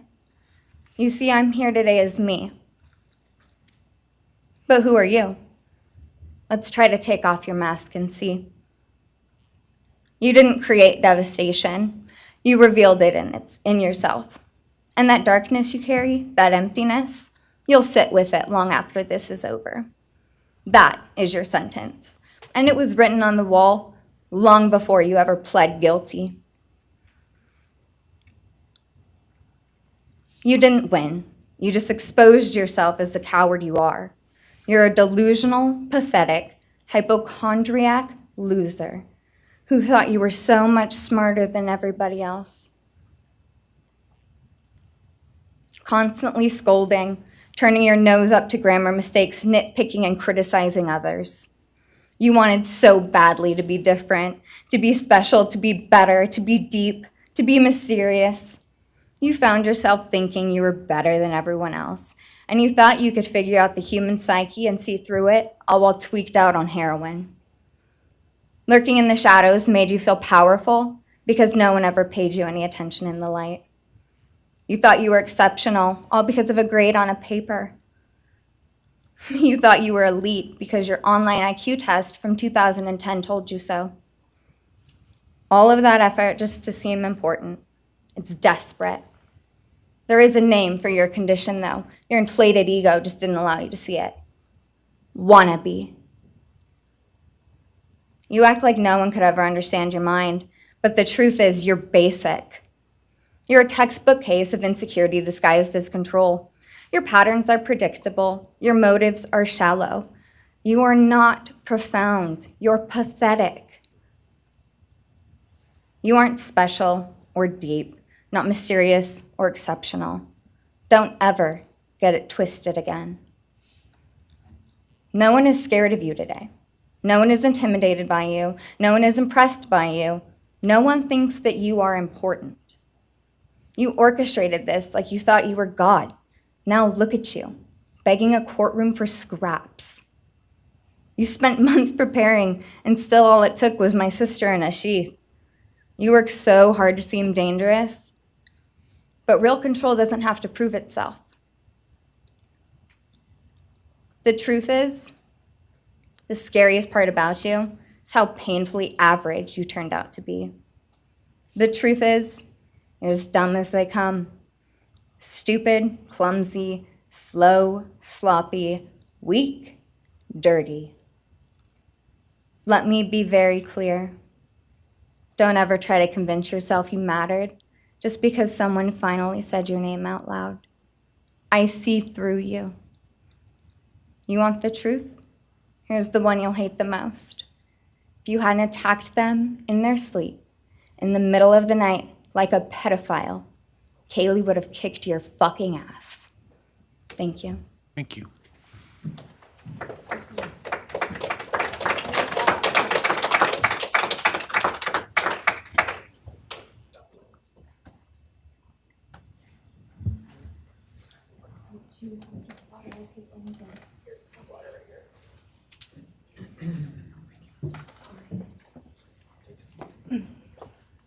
Next is Christy Goncalves, Kaylee Goncalves' mother.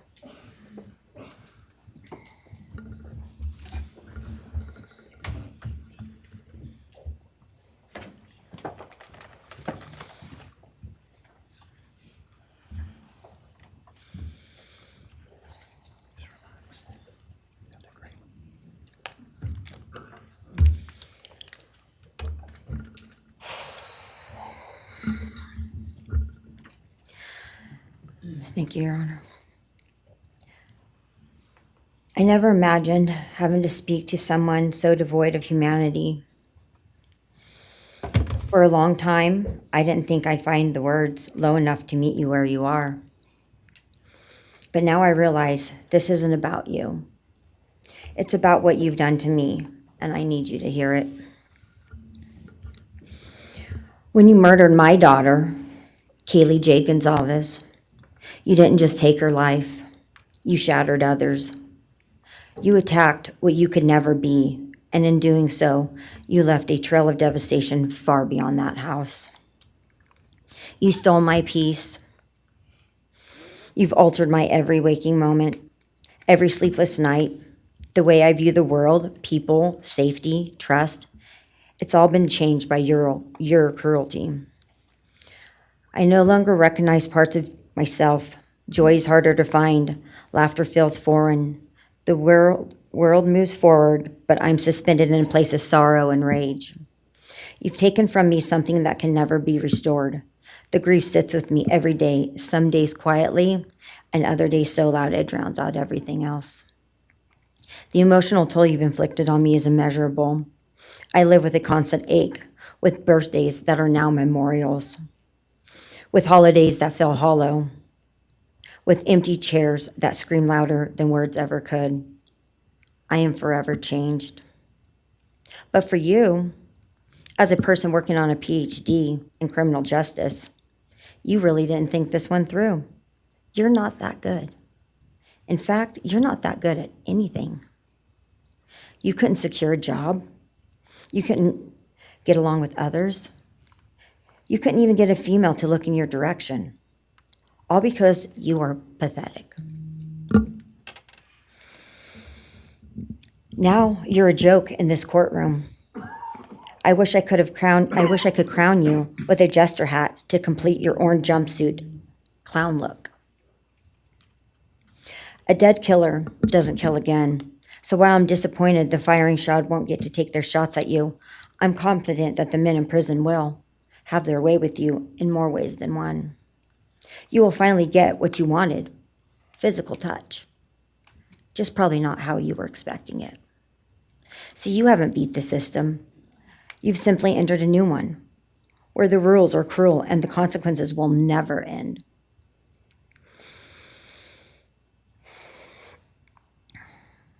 You are entering a place where no one will care who you are and no one will ever respect you.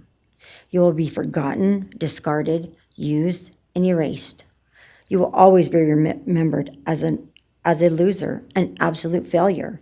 And when those prison doors slam shut behind you, I hope that sound echoes in your heart for the rest of your meaningless days. I hope it reminds you of what we all already know. You're nothing. May you continue to live your life in misery. You are officially the property of the state of Idaho, where your fellow inmates are anxiously awaiting your arrival.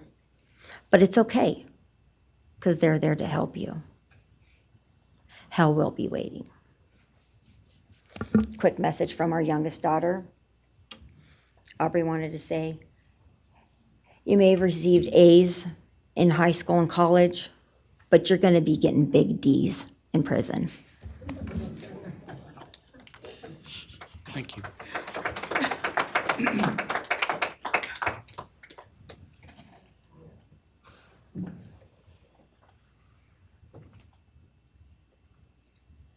Do we have more from the Goncalves family, or are you? Yes. Next would be Shannon Gray, the Goncalves family attorney. He'll be reading statements from Kaylee Goncalves' grandmothers. Well, Morning, Your Honor. Shannon Gray, the attorney for the Goncalves family. I actually have 3 statements, one from her aunt and 2 from her grandparents. This is from her aunt, Tammy Butts. You, in the cloak of darkness, made a decision to turn our whole family's world upside down forever. You, in the cloak of darkness, took our Kaylee J. Goncalves away from us all without hesitation. Never have you shown any remorse or regret. We just get creepy, non-expressive stares as you have your team of women defend you. Kaylee was a strong, kind, fun-loving, caring person, and she will greatly be missed by all her family and friends for the rest of our lives. She had goals in life that you took from her and us. We lose on watching her enjoying her life, working hard and building the future she wanted. She was ready to start that after college life. You, in the cloak of darkness, took it all away. You left us without her future wedding, her future children that she would have added to our family. No more talking to her on the phone, going for a coffee, celebrating holidays. It's all gone. You, in the cloak of darkness, gave each and every one of Kaylee's family members their own lifetime sentence.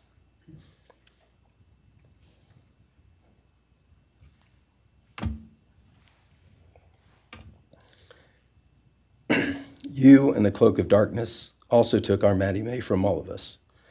She was so genuine, caring, polite. She was part of our family. You came in, harmed our children that were younger women than you in their own beds. You're nothing, you're a coward.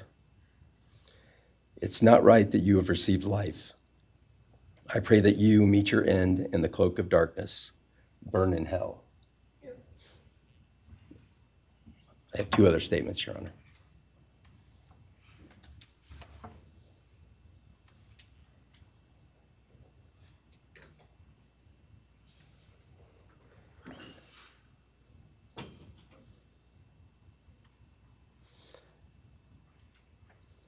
This is Linda Lucan's statement. This is Kaylee's grandmother. I really don't know how to address something so inhumane, but I will try. Nothing in the past 2.5 years has made any sense. All I get is you cowardly went into a home at night, filled with what I'm sure you thought was all sleeping girls, and went on a vicious killing spree for no other reason but to appease your demonic urges. You took my granddaughter Kaylee from us, plus 3 other beautiful lives. You took my granddaughter Kaylee, beautiful, sweet-souled, doll-faced Kaylee, who was getting ready to start her amazing life, who had such a bright future. who was loved by so many, who you were so envious of, she had a life you could never have. You are so beyond human. You're definitely a demon from hell. I truly wish your punishment would be the same death you inflicted on our kids. But I think you will meet some new friends in prison who will be there just to help you. Thumbs up.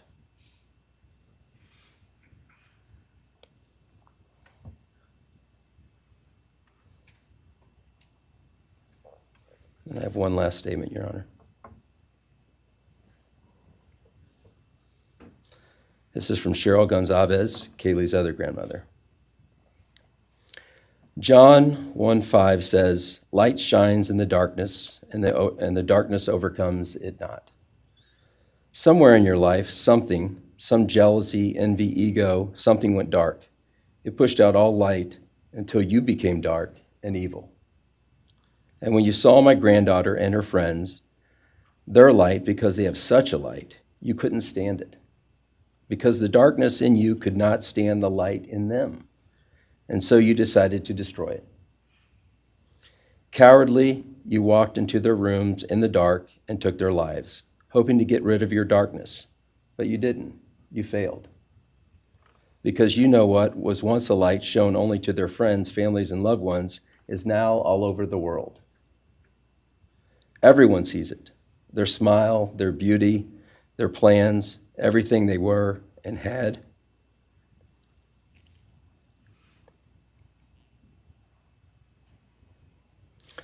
And you think you put a close to it, even that, but you didn't.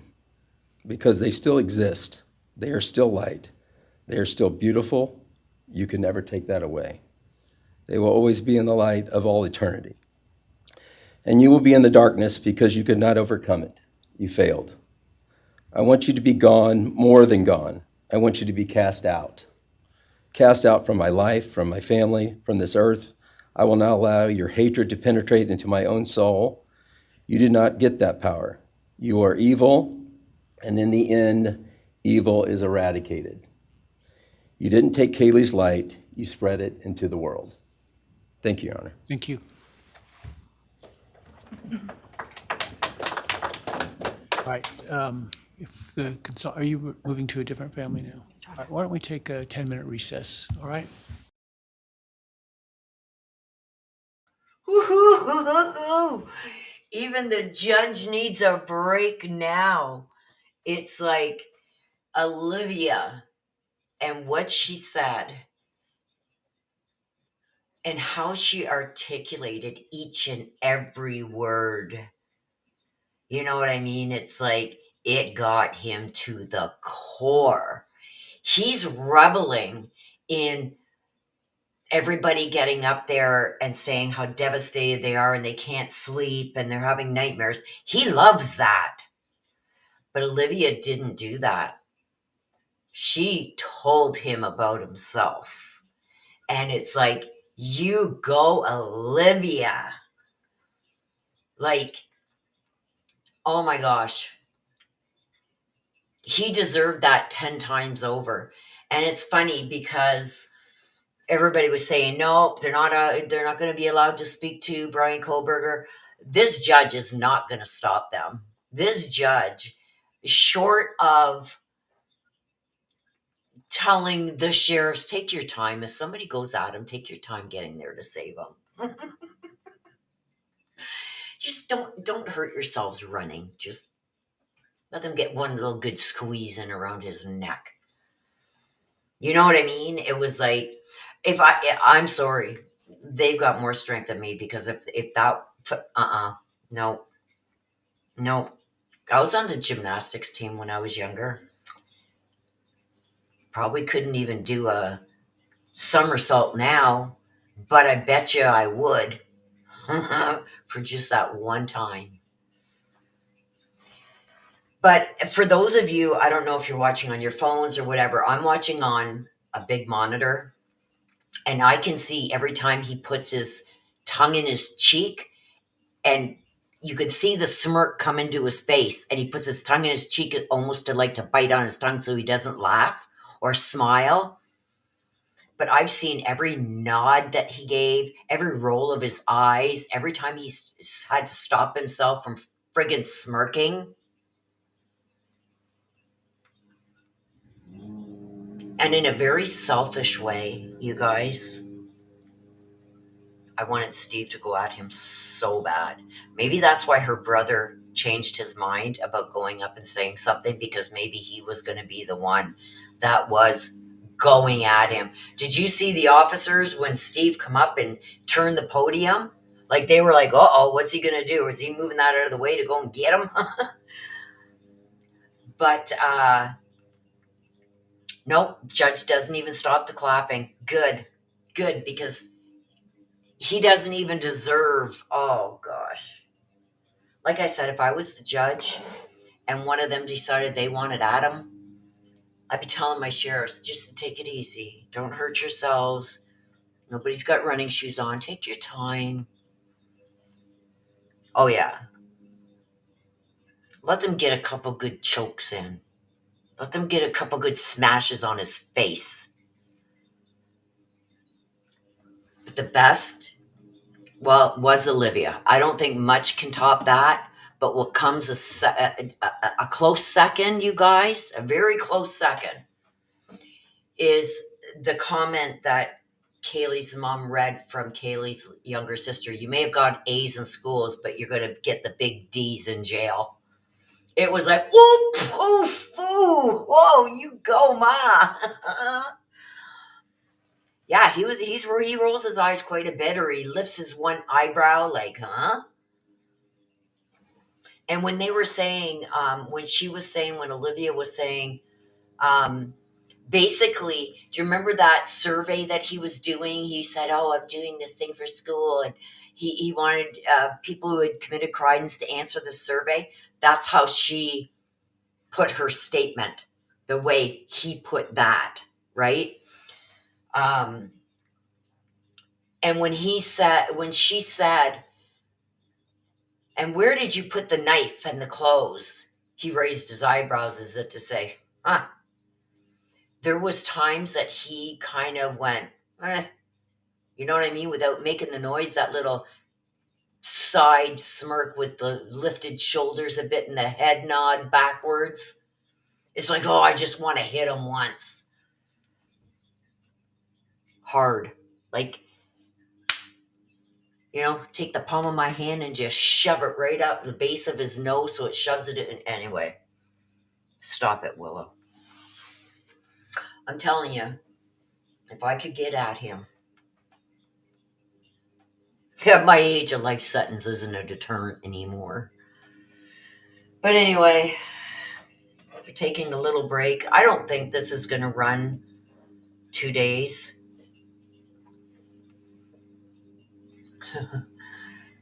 Carol says the card's out for coffee, then all bets are off, right? Yeah, hello, Selena. She was excellent. Excellent. Excellent.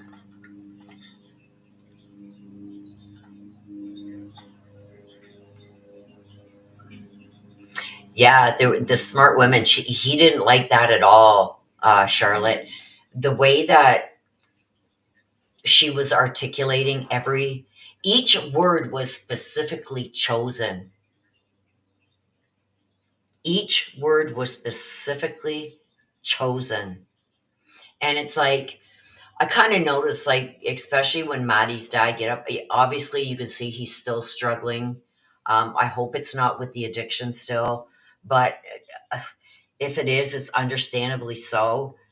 But the way that the looks that he was giving him, like, ugh, dirt. You know what I mean? People would get up to say their statements and he'd look at them as if they were dirt.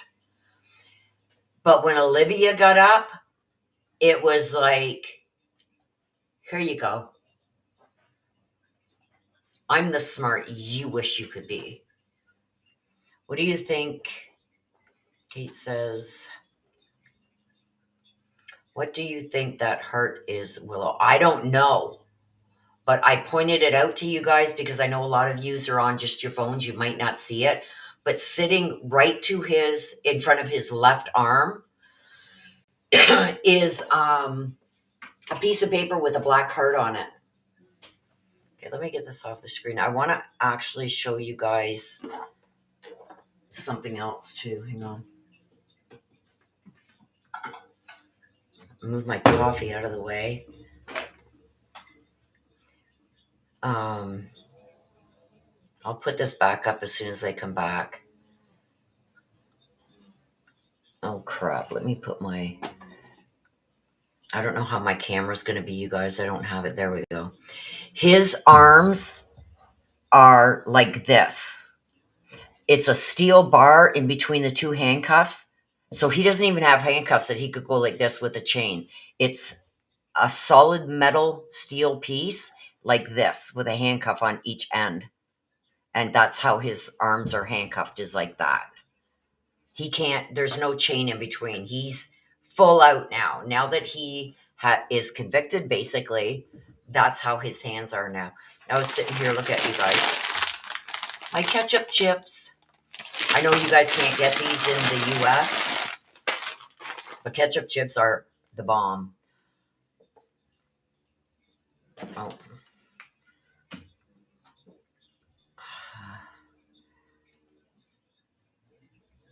Oh. So I don't know what that paper is, but when you're looking at him like this way, when you're looking at him, the paper is right in front of him. Like the lawyers on each side of him have their papers in front of them. He has this paper in front of him, and it's got a big black, it's got like a box with a black heart in it. And there's writing on that paper. So I don't know what it is. But if he was thinking about maybe speaking, I don't think he's going to after what Olivia just, you know, she told him about himself. And he didn't like it at all. Oh, yeah, he was definitely loving, especially when Dylan got up and she was just inconsolable. He loved it. He relishes in that, you guys.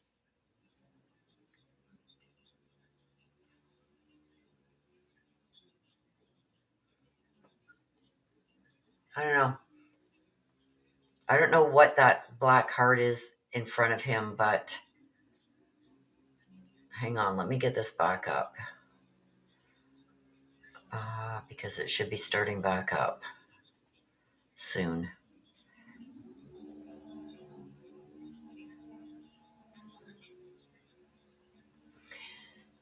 Yeah, and when they said the only thing you'll ever be known as BK, I would have inserted, you're not even entitled to that. All you're going to be known as now is a friggin' number. You don't have a name anymore. You don't get even the B or the K. And do you notice if you put the K and the B back, the B and the K backwards, it's KB, K bar, right? He's not even going to have that anymore. He's just going to be a number. I don't think he's going to say anything either. Lord knows what he would say even if he did. But I don't think he's going to say anything, you guys, because he's got something up his sleeve. This isn't the end for him.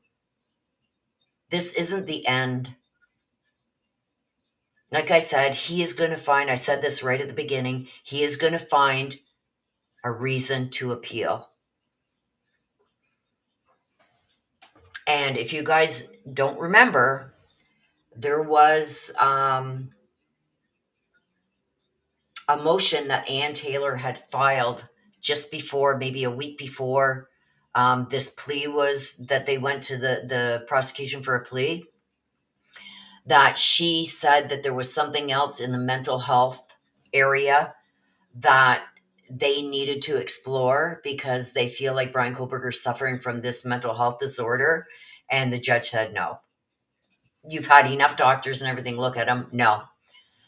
That's one thing that he could use. Whatever that is that something like he can look totally normal and say he's normal, but he's not. He's in some kind of psychosis or a split personality where he's going to say he did realize. He's going to come back on Ann Taylor for taking on that second DP case when she couldn't even keep up with this one.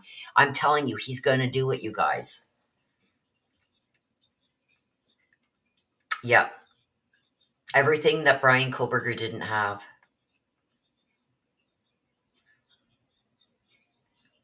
The class and dignity that Bryan Kohberger didn't have. And still doesn't.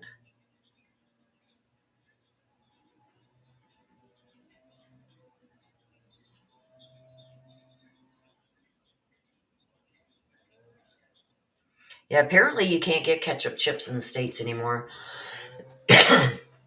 Does the appeal 30 days start after sentencing? Yes. He's got 30 days from the time he's sentenced. And, sorry guys, all he has to do is let them know that he is going to be appealing.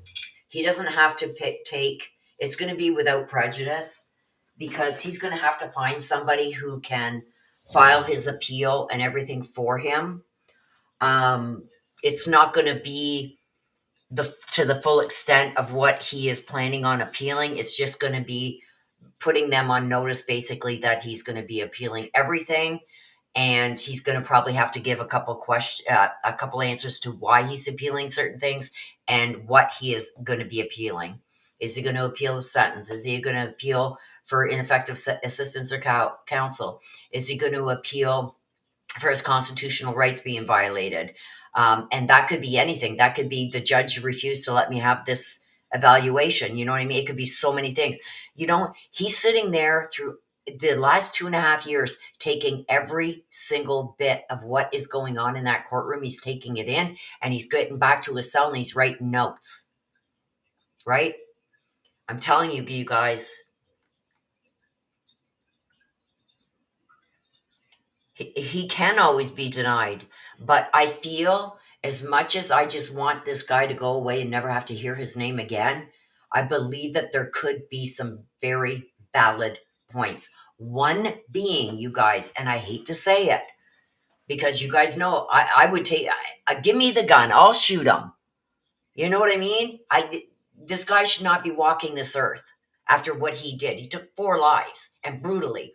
But one of his biggest things is going to be that Ann Taylor took on another death penalty case and could not give her full attention to his case, and she didn't do things correctly and everything else. And that's why she kept mentioning it over and over and over and over again in court, you guys.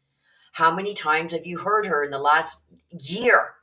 Your Honor, it's so large. We can't get through it all. We can't get through it all. We can't get through it all. We need more time.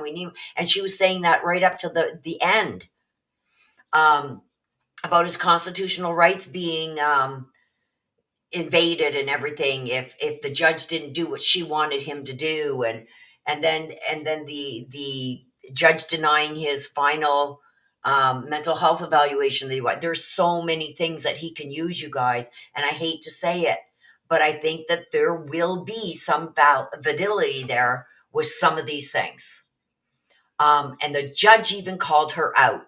Why did you take on a second death penalty case? You know what I mean? The judge called her out.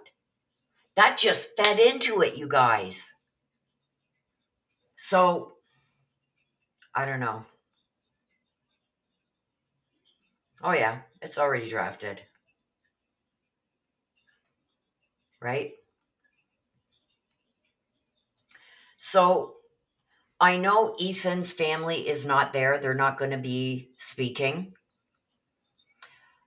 I think the only one left to speak is Xana's family. Maddie's family spoke, and Kaylee's family has spoke. So I don't know if they are going to allow friends and stuff like that to speak. I don't know. But as far as I understand, the only one left to speak is Xana's family, and I don't know if they're going to speak.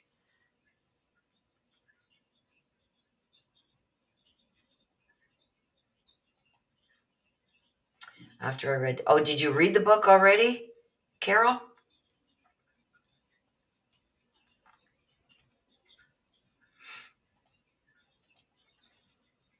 I had a hard time getting through the first 40 pages because it was all about them. It was all about Kaylee, Xana, Maddie, Ethan, and who they were. Leah says, I think his instructions were to keep it soft as jail as long as possible and out of cold, hard prison with delay. Well, she knew, and I said this a year ago. The only thing she's trying to do now is save his life, is to get that death penalty off the table. But she made a lot of mistakes along the way, you guys. Okay, we're back. Be seated.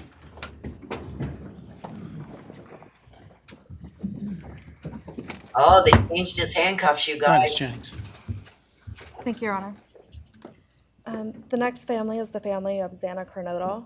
And first would be Jasmine Kernodle, Xana's sister.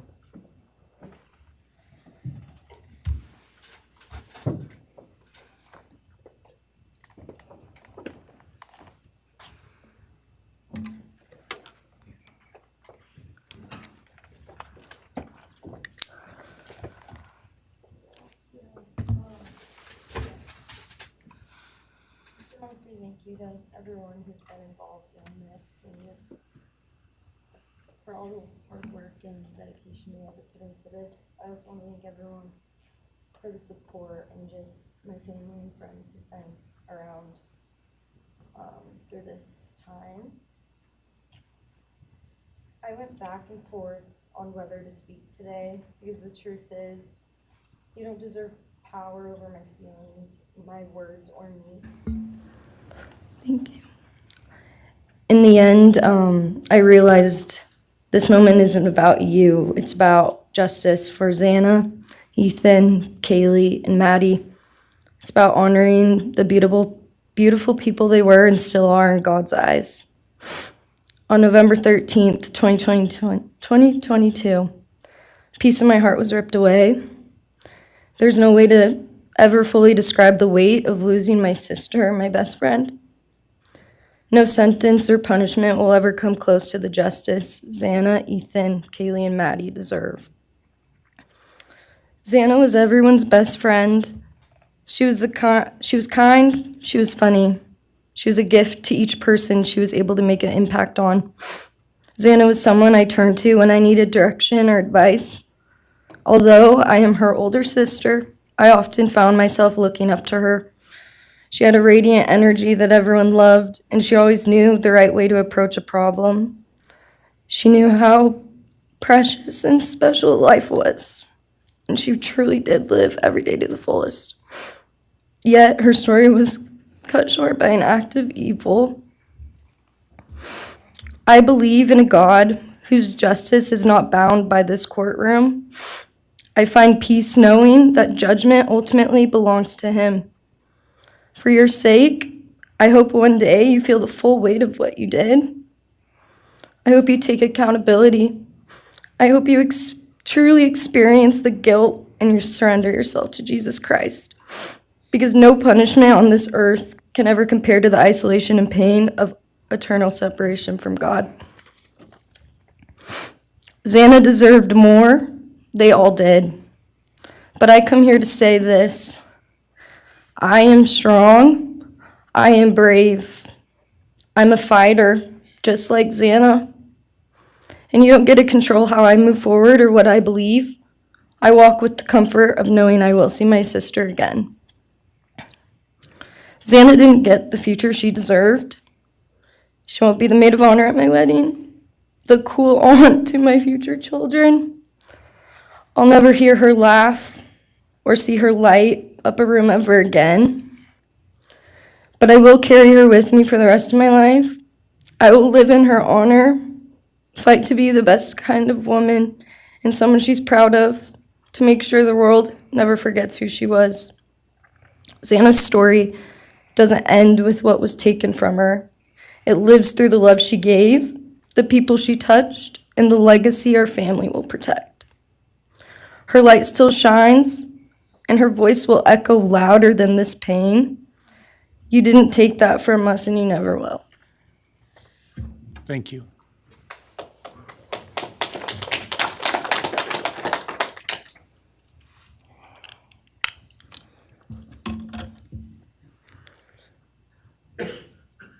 I just want to say before I start, I'm Xana's dad, Jeff Kernodle.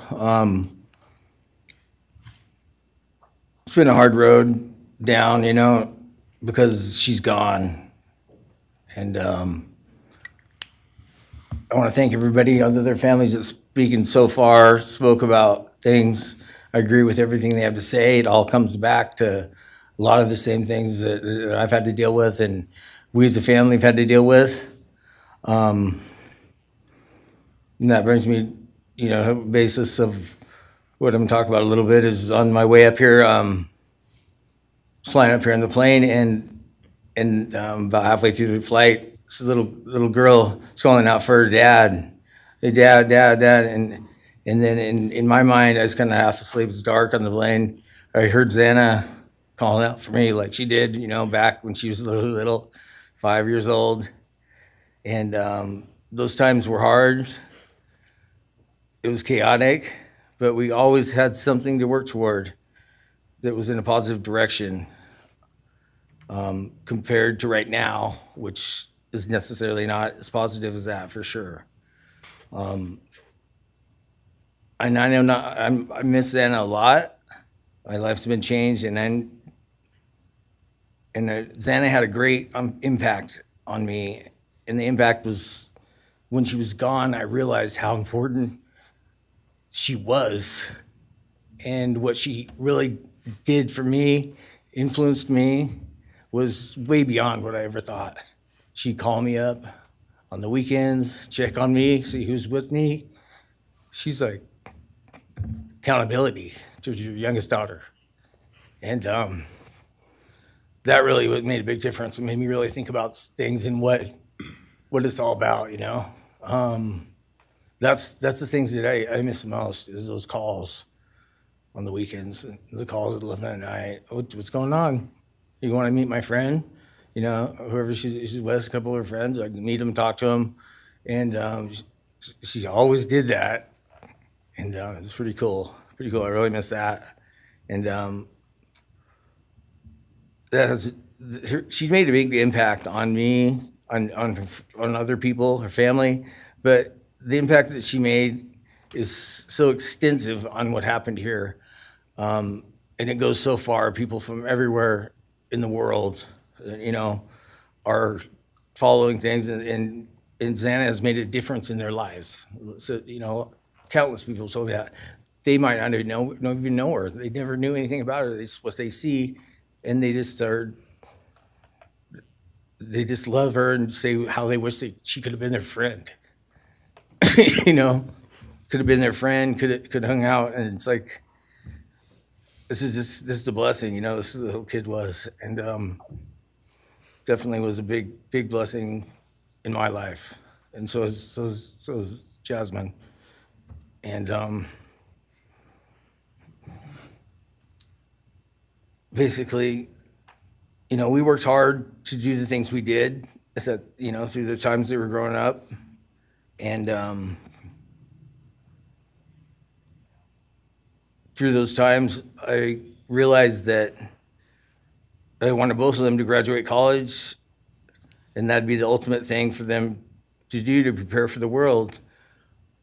Then it came back to me, Xana didn't get to finish college. He had it all figured out. And this all came back to me when I was there, and that little girl was on the plane doing that. It's like where I was going, what I was going here for. And then I just realized and thought to myself about the wonderful life that she had and we had together. And I still get to have with Jasmine, but that's the part that really counted. It's the part that really counted is those memories. And those are what I have left, the memories with her and the ones I can make with her and the life that I can go on with now, which is what she wants. And I say that in present tense because that's what she wants, because I've been told that, I've had countless ways that she's out there and has a way to communicate, which I'm very grateful for.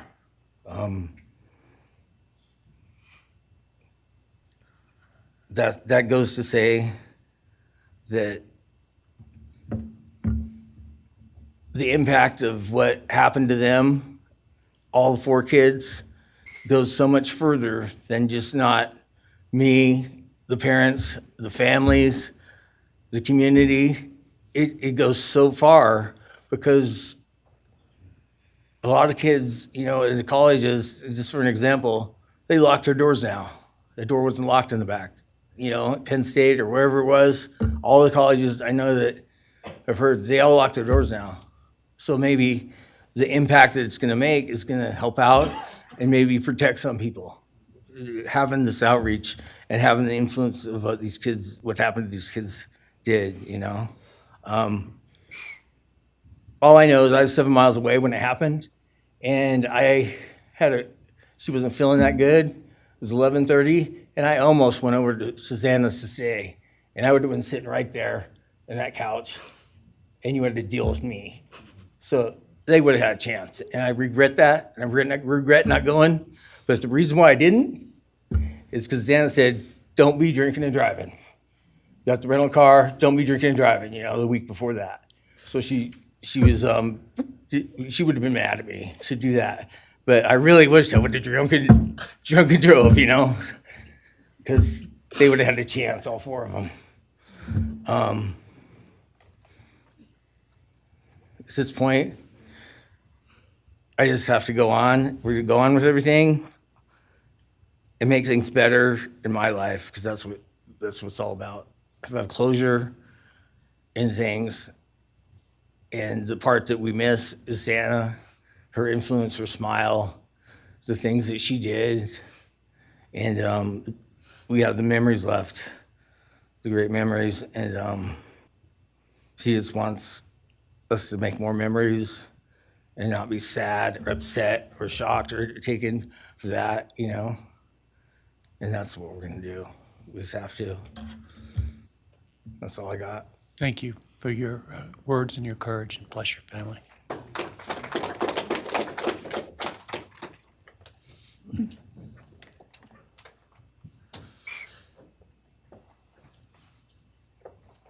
Next, Kim Kernodle would like to address the court.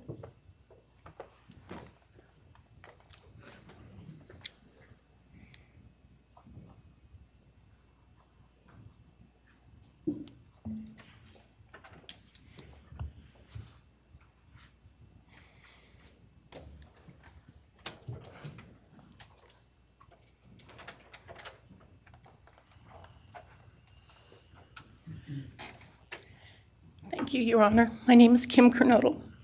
I am Xana's aunt. I was very blessed to have her in my life, in our family. And I thought I had everything in my head, what I wanted to say, but it kind of went out.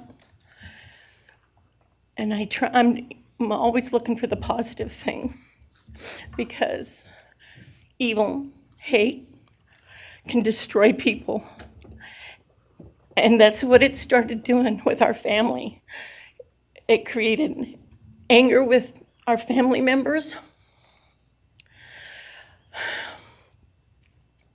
And then I had to look, because Xana was everything that the media, her friends said. She was that fun, loving, high-spirited, beautiful person. And I no longer get to get my nails done with her, have lunch with her.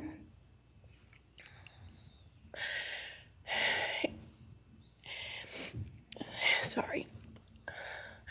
But how I look at it now is this tragedy, this horrible tragedy on all of the 4 children, has brought us closer. You united us with your actions. We're united now, and we're stronger than ever. We have family and friends now that we never knew we had.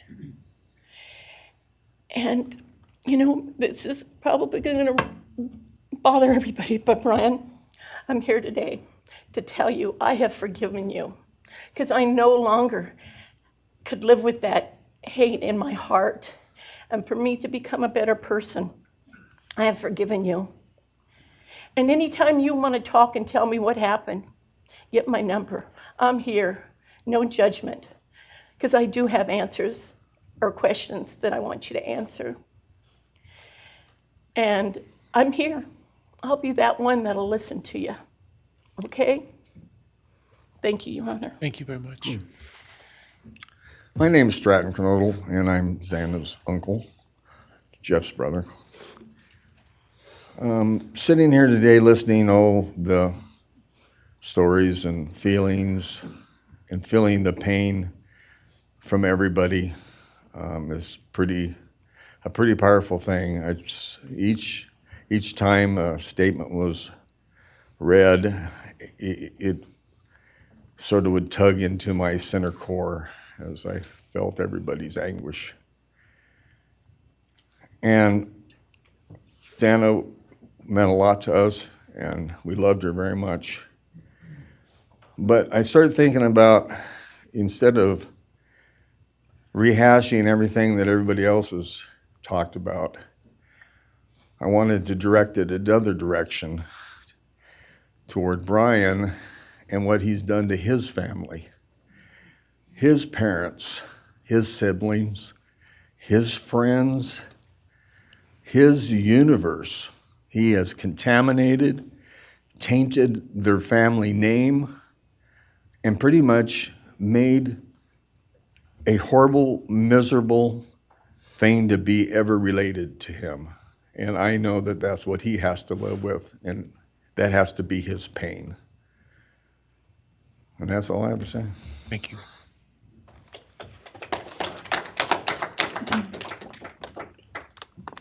Next, Your Honor, I believe Randy Davis, stepfather to Xana Kernodle, would like to address the court.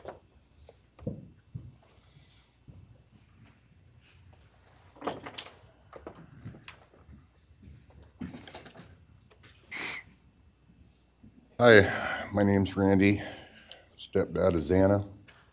I just feel the same way we all do. All of us are united because of something that happened, and I am grateful to know and have met some new family because of this awful event. But this is probably the last time we're all going to be in the same room together, let's be real. So I can say, I love you all, and I feel your pain. And just God bless us all, you know? Just get through it. I had stuff wrote up. It was probably best I didn't read it out. Probably get kicked out of here, so. You know, I'll share one thing to you guys, not to you, with Xana. So I was working in North Dakota and came home, and Jazzy and Xana had taken our son Elijah and put him in a dress, makeup, and it was awful, you know. I was like, I don't know. She was funny. I told her she'd be in the movies and be somebody great one day like that. And now she is just above us as an angel with all the other beautiful kids. So let's hold that to our hearts, because this evil thing is not going to take nothing from us. You, man, I don't know what my limits are here, but I'm really struggling, dude. I am struggling, because I want to just be out in the woods with you just so I can teach you about loss and pain. I love God. I wouldn't take your life. That's up to him. But I guarantee you, you are weak. God, I would just give a moment, man, 5 minutes out in the woods. Oh, man. Ooh. You're going to go to hell. I know people believe in other stuff. You're evil. There's no place for you in heaven. You took our children. You are gonna suffer, man. I'm shaking because I want to reach out to you, but I hope you feel my energy, okay? Go to hell.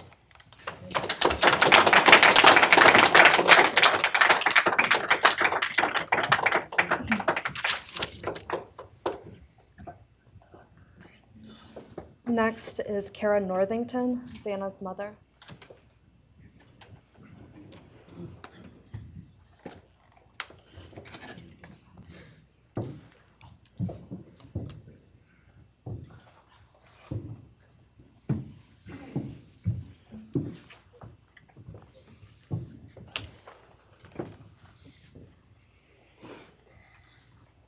I'm Karen Northington. I am Xana Kernodle's mother.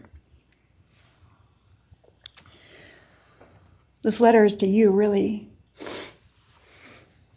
But it is for my daughter, who was murdered by you.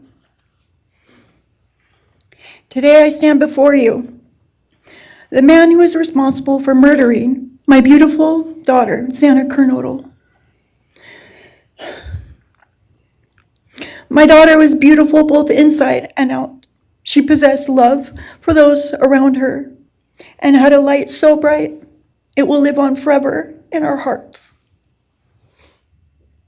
She brought joy and laughter to her friends, her family, and anyone in her presence. Our Lord and Savior, Jesus Christ, now has her in his loving arms in heaven, where she can never be harmed ever again for eternity. Because of her, I came to know my Lord and Savior, Jesus Christ. Because of her, many will come to Christ. It is Christ who lives in me that has given me the strength to forgive you. It was of no power of my own. In return, the Lord has filled me with joy, hope, and peace that surpasses all understanding. Jesus has allowed me to forgive you for murdering my daughter without you even being sorry or asking for this.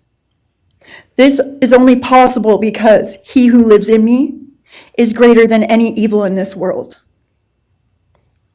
For God hath not given us the spirit of fear, but of power and of love and of a sound mind.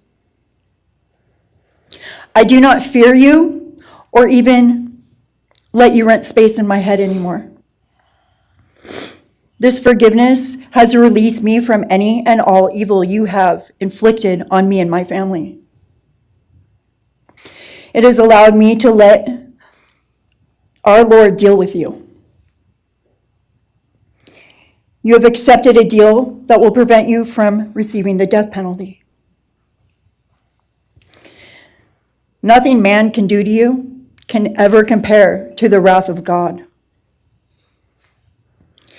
Inevitably, you will stand before our Lord and will have to answer to him over the sins you have committed in murdering our children. I pray you come to the end of yourself before that day. Whether you like it or not, heaven is for real and so is hell. The innocent life of Xana that you stole from myself and my family, and the destruction it has caused.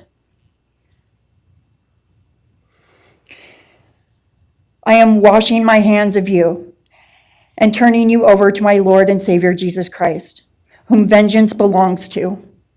In closing, I want to read a passage from the Bible, Ephesians 6, King James Version. Finally, my brethren, be strong in the Lord and then in the power of his might. Put on the whole armor of God, that ye may be able to withstand the wiles of the devil.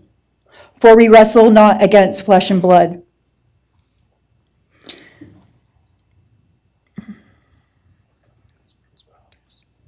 but against principalities, against powers, against the rulers of the darkness of this world, against spiritual wickedness in high places. Wherefore, take unto you the whole armor of God, that ye may be able to withstand in the evil day, that ye may be able to stand in the evil day.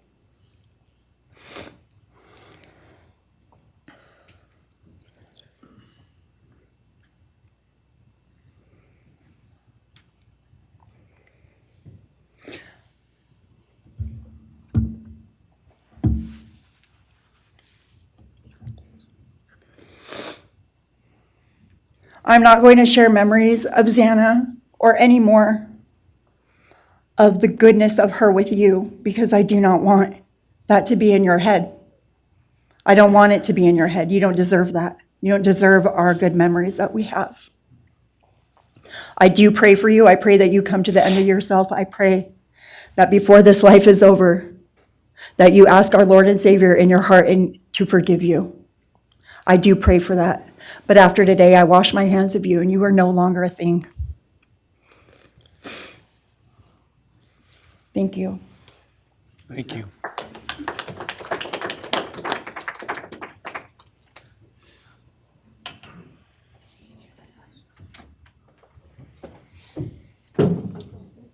I don't believe the state has any other victim impact statements. Okay.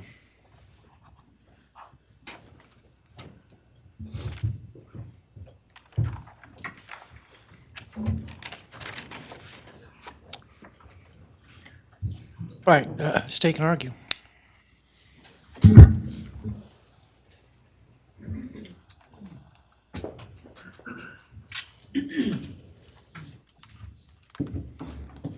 Thank you, Your Honor.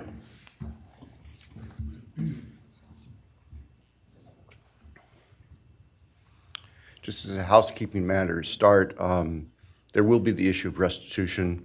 That is, the documentation is being gathered, and we ask if the court would defer that for 30 days so we can present it in an orderly fashion and make sure it's comprehensive for everyone. Any objection to leaving restitution open 60 days? All right. Thank you, Your Honor.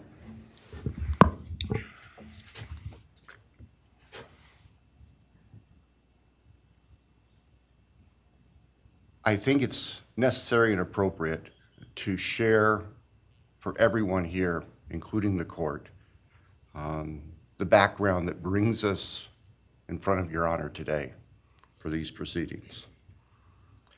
As the record reflects, and as everybody in this courtroom knows, the defendant has pleaded guilty to all 5 counts charged in the indictment. Under oath before Your Honor, he has admitted that the charges against him are true.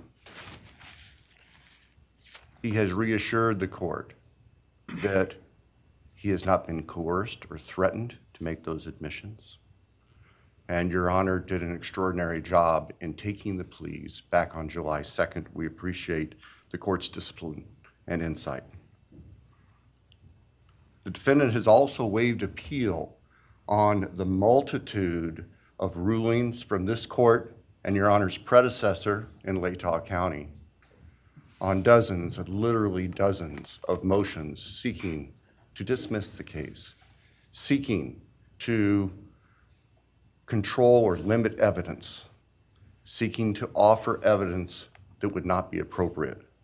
And we appreciate the court's consistent rulings based on the law, based on the facts.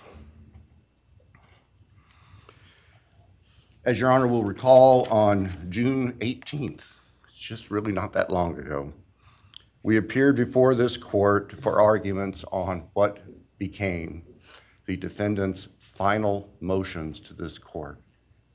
Motion where they wanted to offer evidence suggesting that other people were responsible for the defendant's actions, and the motion seeking essentially an indefinite continuance of the trial. It was readily apparent to all of us in the courtroom from Your Honor's comments that those motions were not going to be granted. So we returned to Moscow and continued with what we had been working on for months in preparation for trial. We had no qualms about going to trial if trial was what was necessary and appropriate. The following week, after we were in court, we were approached by the defense with an inquiry about a possible plea. And I can tell the court this is the first suggestion ever that there was any consideration, because indeed, the defense had maintained from the beginning that Mr. Kohberger, the defendant, was factually innocent. It's clear that the reality of the evidence and the case that had been investigated and prepared and that we were ready to present in court became a reality. Our reaction, among other things, was to reach out to all the families. And in fact, later that week, on Thursday and Friday of that last week of June, we met with representatives by teams, virtual meetings, with representatives of all of the families. And we talked about the status of the case and the upcoming trial and things that related to the trial. And we also let them know that there had been an inquiry about whether there might be an offer for a plea. And we asked the family members for their thoughts and feelings. And they were candid. And they have been candid since, and we respect that. And we understand, recognize, and acknowledge that there was a difference of opinion among representatives of the different families. We understand that. One of the challenges of this case, one of the unique things about this case is we have multiple victims, each unique unto themselves, their families and friends unique unto themselves, and all of them entitled to their opinions, all of them entitled to their thoughts. Over the following weekend, our prosecution team, very skilled attorneys who were personally as well as professionally deeply invested in this case, met. And we talked, and the decision was reached. Well, to start with, were there to be any sort of plea offer or discussion, there's only one possibility. And that would be for the defendant to plead guilty straight up to all charges. There would be no bargaining about counts. There would be no bargaining about reduced sentences.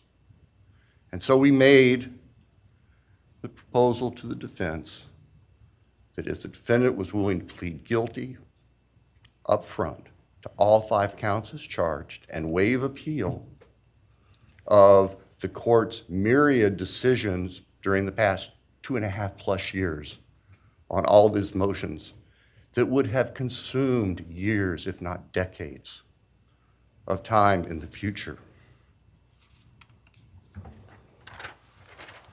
By the end of the weekend, we were notified the defendant was prepared to plead guilty as charged and factually acknowledge his responsibility in court for these horrible crimes. Obviously, those discussions and negotiations were confidential. And as Your Honor noted, I believe, that was necessarily so, because if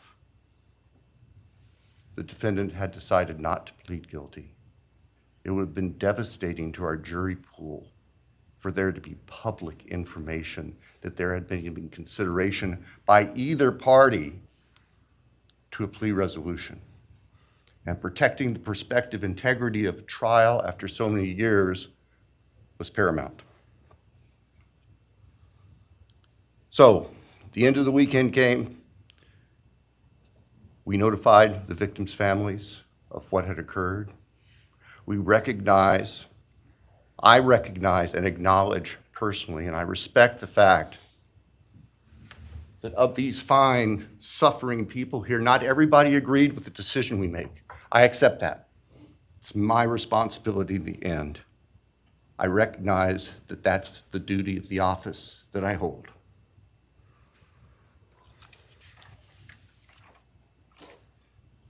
So now, it is time for the judicial system to impose final judgment and close the door on this chapter of these tragedies. As the court is aware, by the agreement of the parties, it is the state's prayer. Perhaps have the Elmo police turned on.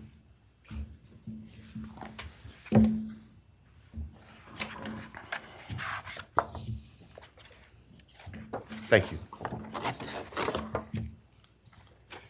That on count 1, the felony burglary, that the court sentenced the defendant to the maximum period of 10 years fixed in the custody of the Idaho Department of Correction. Then on count 2,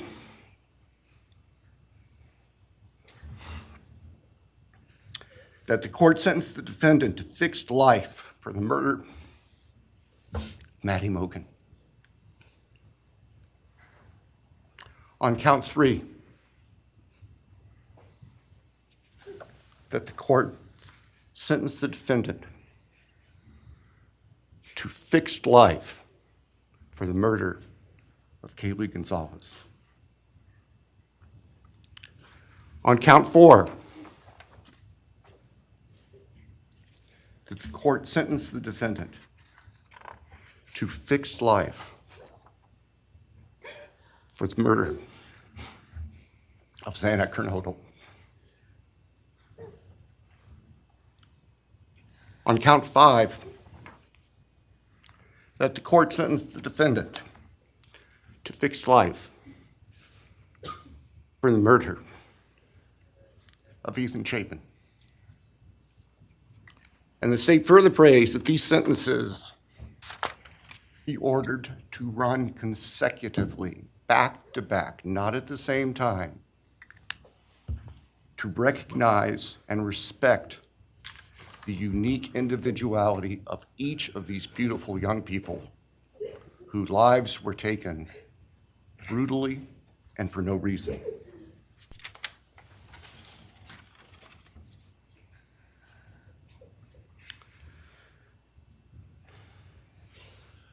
And hopefully now, as we have heard earlier this morning, it is time to afford the families and the friends and the community and the state of Idaho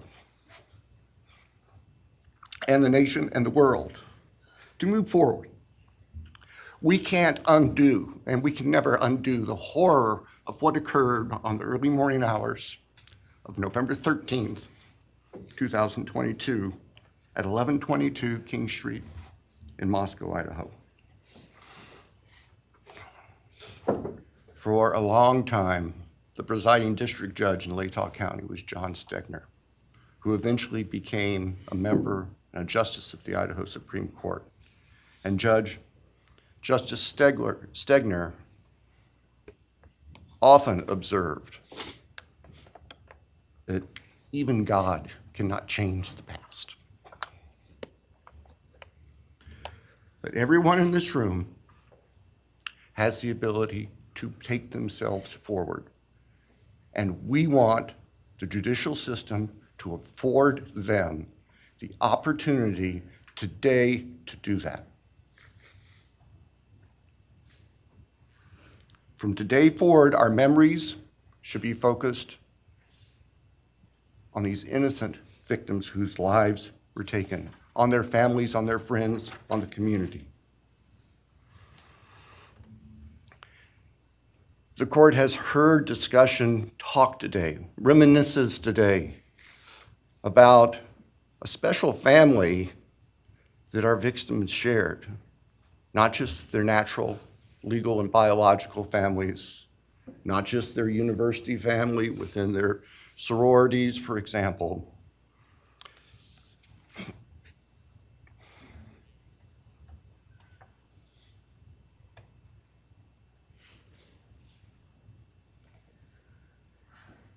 But this family. This is the picture taken on November 12th, 2022, of the special family of 1122 King Road. And you can see all 6 of these dynamic, vibrant, loving, special, innocent faces taken together just across the street from their residence, and barely 12 hours before 4 of them would be brutally murdered in their sleep. They've been described consistently as being bright, caring, vivacious, with futures we can only imagine now. But they were, and they remain, a special family that I think we should all recognize and appreciate. So it's time to move forward. There have been a number of statements directed specifically at the defendant today. I have one last thought. After Your Honor imposes judgment and sentences the defendant to spend the rest of his life in prison, in other words, sentence the defendant to die in prison, he's going to stand up in the belly chains and leg irons that he's wearing today, and he's going to be escorted into the custody of the Idaho Department of Correction. And the door will close behind him forever. That is the closure that we seek, that all of these people, these loving friends and family deserve, so that we can move forward. Thank you, Your Honor. Thank you.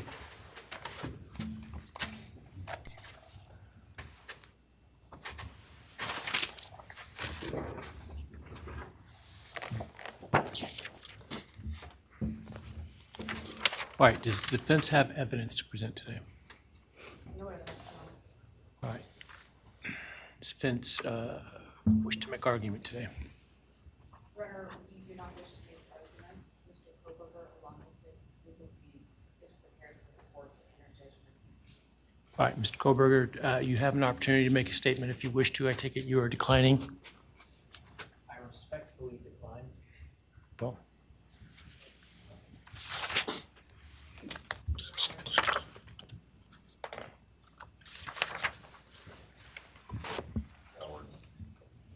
Please. All right, let me start this morning by acknowledging and thanking those that have come here today in support of their loved ones, and I appreciate your courage and your strength.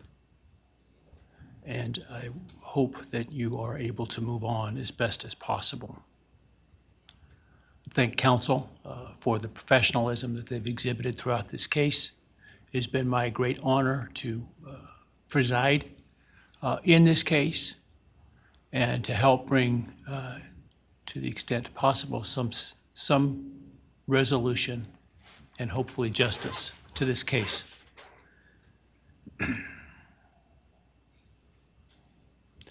During the quiet morning hours of November 13, 2022, a faceless coward breached the tranquility of 6 beautiful young people and senselessly slaughtered them, 4 of them. Who committed this unspeakable evil was unknown for several weeks, but due to the killer's incompetence and outstanding police work by numerous local, state, and federal law enforcement agencies, the person that slithered through that sliding glass door at 1122 King Road now stands before the world and this court unmasked. This unfathomable and senseless act of evil has caused immeasurable pain and loss.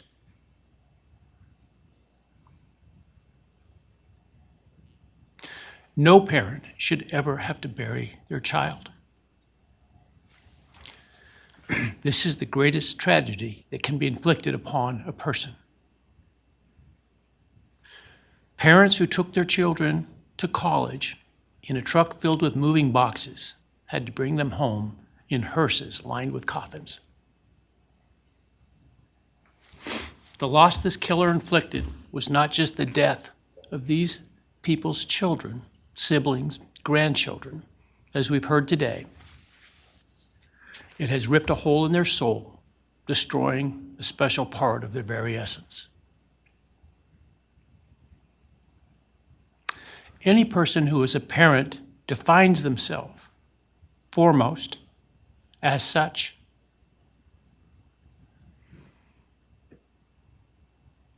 It is their existence and purpose of being. And it has been stolen from these parents.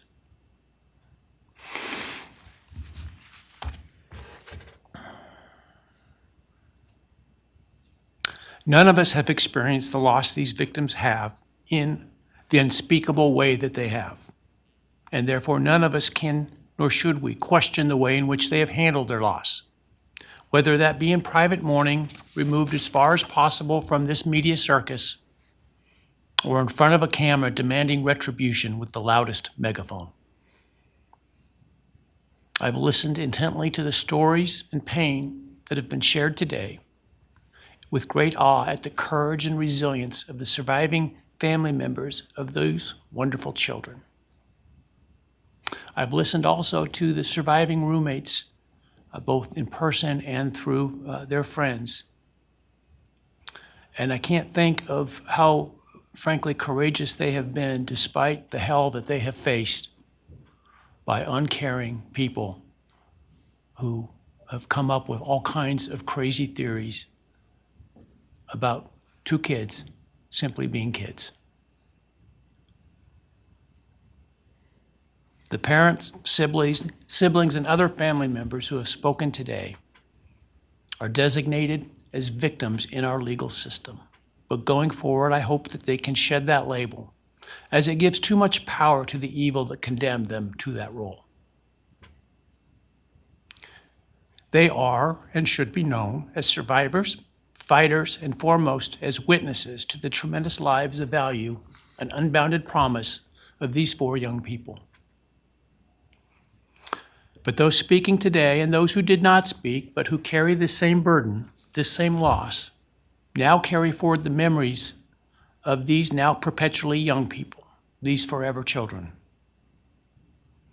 These survivors carry the responsibility of ensuring that the voices of these children, Maddie, Kaylee, Xana, and Ethan, are never forgotten, and the positive impacts that they have had on so many lives are never minimized, and that the love they shared, the light that they shined onto others is forever celebrated.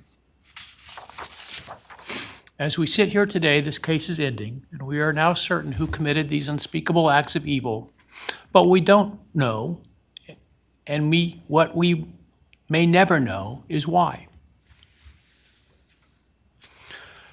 I share the desire expressed by others to understand the why.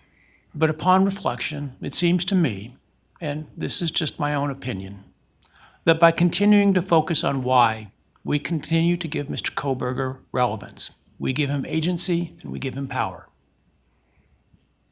The need to know what is inherently not understandable makes us dependent upon the defendant to provide us with a reason, and that gives him the spotlight, the attention, and the power he appears to crave. Yet even if I could force him to speak, which legally I cannot, how could anyone ever be assured that what he speaks is the truth? Do we really believe, after all of this, he's capable of speaking the truth or of giving up something of himself to help the very people whose lives he destroyed? Rather, I suspect the so-called reason would be dished out in enticing, self-serving, and aggrandizing untruthful bits, leaving people wanting more information, more insight, and thus enhancing even further the power he seeks to hold. Even if we could get truthful insight into his why, I suspect it would not in any way quench one's thirst for actually understanding why in the first instance. Because there is no reason for these crimes that could approach anything resembling rationality. No conceivable reason could make any sense. And in the end, the more we struggle to seek explanation for the unexplainable, the more we try to extract a reason, the more power and control we give to him. In my view, the time has now come to end Mr. Kohberger's 15 minutes of fame. It's time that he be consigned to the ignominy and isolation of perpetual incarceration. I know there has been concern about him collaborating on books or movies or other media projects, and I truly hope that someone does not stoop to affording him this spotlight that he desires in the name of clicks, royalties, or profits. While criminal behavioralists should study him away from the spotlight in an attempt to prevent other would-be killers from acting on their worst impulses, There should be no need for that to spill over into the public eye. The great Idaho jurist Edward Lodge was known for trying to find something positive about every person he ever sentenced. And with over a half a century as a trial judge, that was a lot of people. This was often challenging, and I recall in one case he said that the best he could come up with was the defendant had good penmanship. Truth be told, I'm unable to come up with anything redeeming about Mr. Kohberger because his grotesque acts of evil have buried and hidden anything that might have been good or intrinsically human about him. His actions have made him the worst of the worst.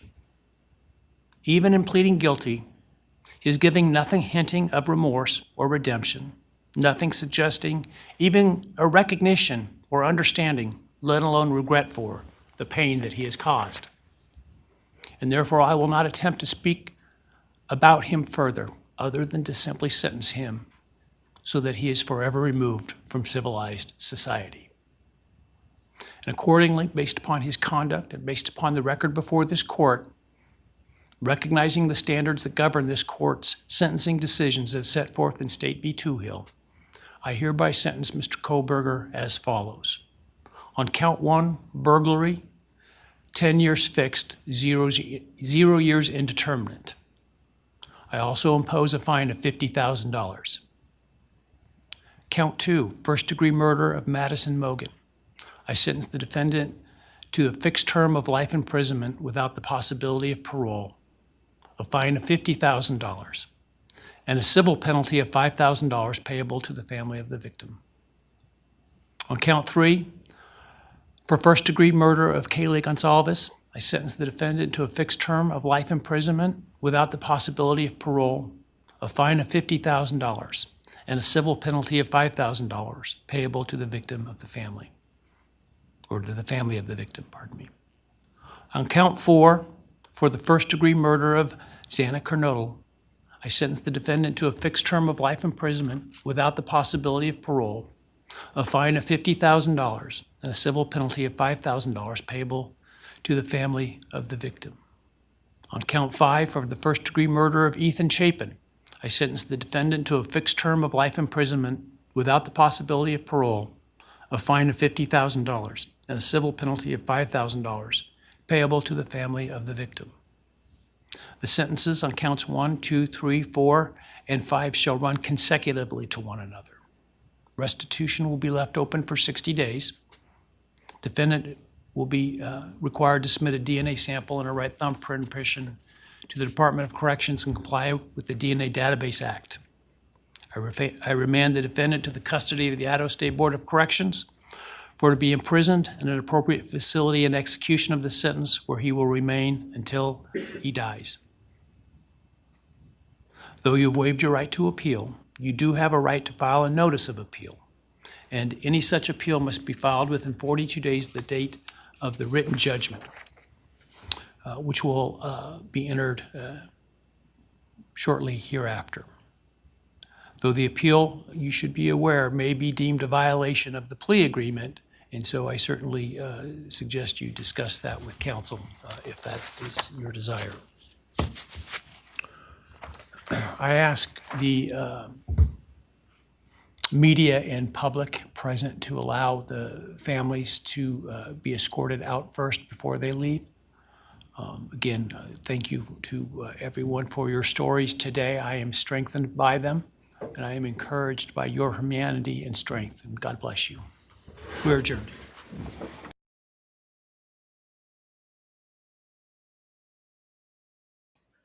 So there we have it, you guys.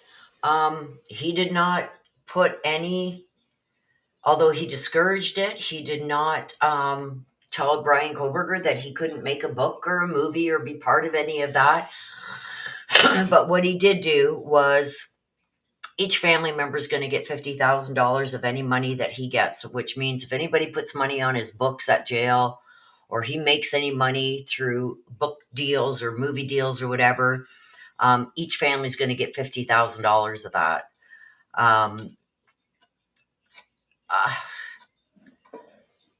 I'm dumbfounded. It should have been $1 million for each family, so he never seen a red penny.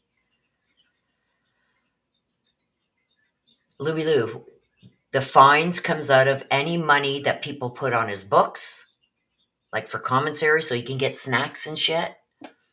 85% of that will be taken until the full amounts of the fines are paid.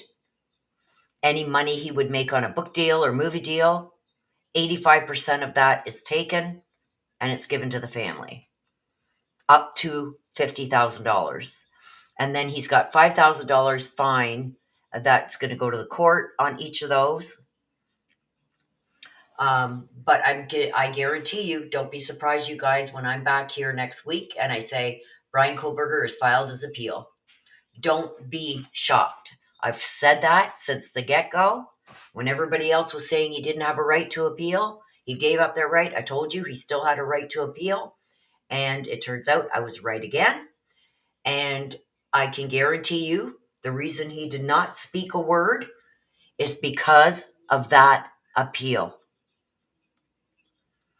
So, yes, congratulations to those who got the gifted memberships. But he's still going to have 15% of anything that anybody puts in his commissary at jail, in the prison, I should say now, because he is going to prison. And any book deal or anything, he's going to get to keep 15% of that. That's how it works, you guys. And BW says, that judge was emotional. I wonder if that was the highest fine he could impose. No, he could have went higher. But I was surprised at how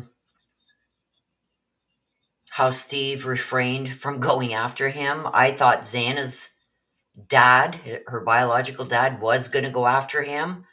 I felt that for a while if he showed up.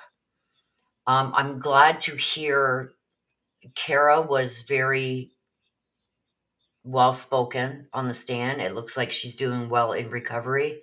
There's a few that got up to spoke. Jeez, we'll get it together. That got up to speak, and I do believe that they've relapsed. And that is one of the saddest things I had to listen to. And from my understanding is they had been doing well in recovery before their loved ones were taken.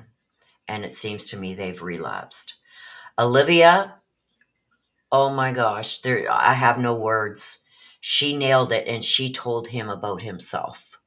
She was not going to give him what he wanted, how everyone's hurting, and he thrives on that, you guys. I watched his face. And when they showed the pictures of Kaylee, he started licking his lips. It was disgusting. So I'm still not convinced 100% that his target was Maddie. And I also still feel to this day he took something from Kaylee. Whether it be a necklace, a bracelet, he took something. Now, I have been told that there is a ring of Madison's that is missing. But I'm still getting that it's something he took from Kaylee. I could be wrong, you guys. I'm not perfect. Maybe it is something he took from Maddie. Maybe Maddie is the target, and I'm just getting it wrong. I don't know. But I noticed that when they put the picture of Kaylee up, he licked his lips.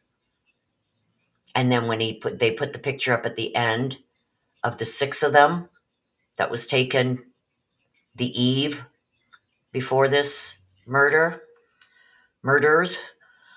he licked his lips again. And it's like, oh my God, I can't. But anyway, you guys, there's a sentencing. Thank God it was only one day, so that the families didn't have to endure this for 2 days. Thank God it was only one day. I would have liked to see what was going on afterwards once the judge had left. But I noticed that Bryan Kohberger nodded his head a lot. shirked a lot with a smirk.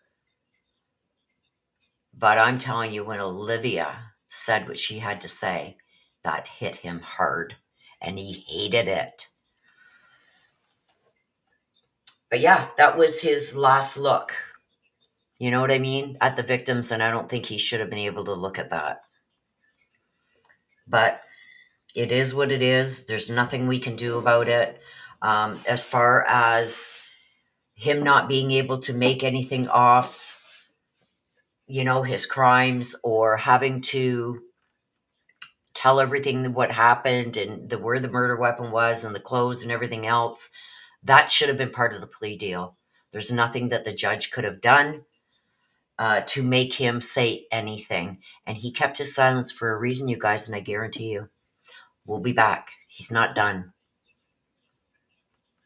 And that scares me for the family members. It really does. That one lawyer of his sitting on his left, I just wanted to smack that smile right off her face.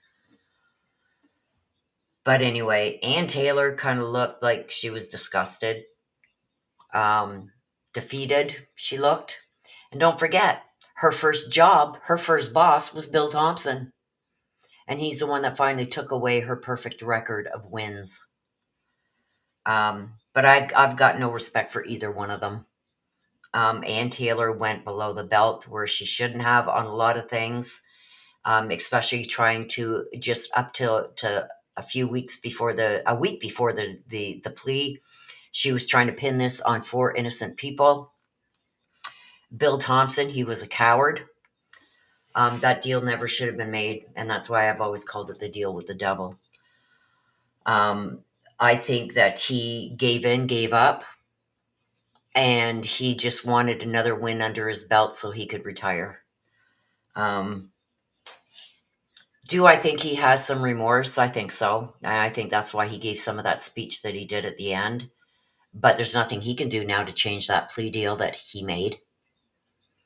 There's nothing he can do to go back and take it back and let the families have more input and give them the trial. What's the worst that could have happened with all the evidence they had? It would have been the same outcome. But you know what? They would have had answers. And I feel like there's still going to be a lot of answers they're not going to get that they want. And the families that do want those answers are entitled to that. And I think that there's still a lot they're not going to get. So with that being said, you guys, I'm going to let you guys go. I'm just heartbroken. I'm heartbroken for the families. If you guys haven't read the latest book that's out by James Patterson, please get it. I'm not being paid to promote it, but please go get the book. And the first 40 pages are worth everything. It really goes in depth about who these young people were. Xana, Ethan, Maddie, Kaylee. And you'll have a whole new perspective on them. Anyway, with that being said, you guys, I'm going to wrap it up. Thank you so much for coming and watching with me here. I appreciate each and every one of you. I'm going to take a day off, I think. It's been hard. It's been hard. And hearing like tears streaming down, I got silent sometimes because I had tears streaming down my face. I just can't imagine. I just can't imagine. Hug your loved ones a little tighter today. And I'm going to wrap it up, okay, you guys? Until the next time, please take care of yourselves. Please stay safe. Always be aware of your surroundings. I love each and every one of you. Till next time.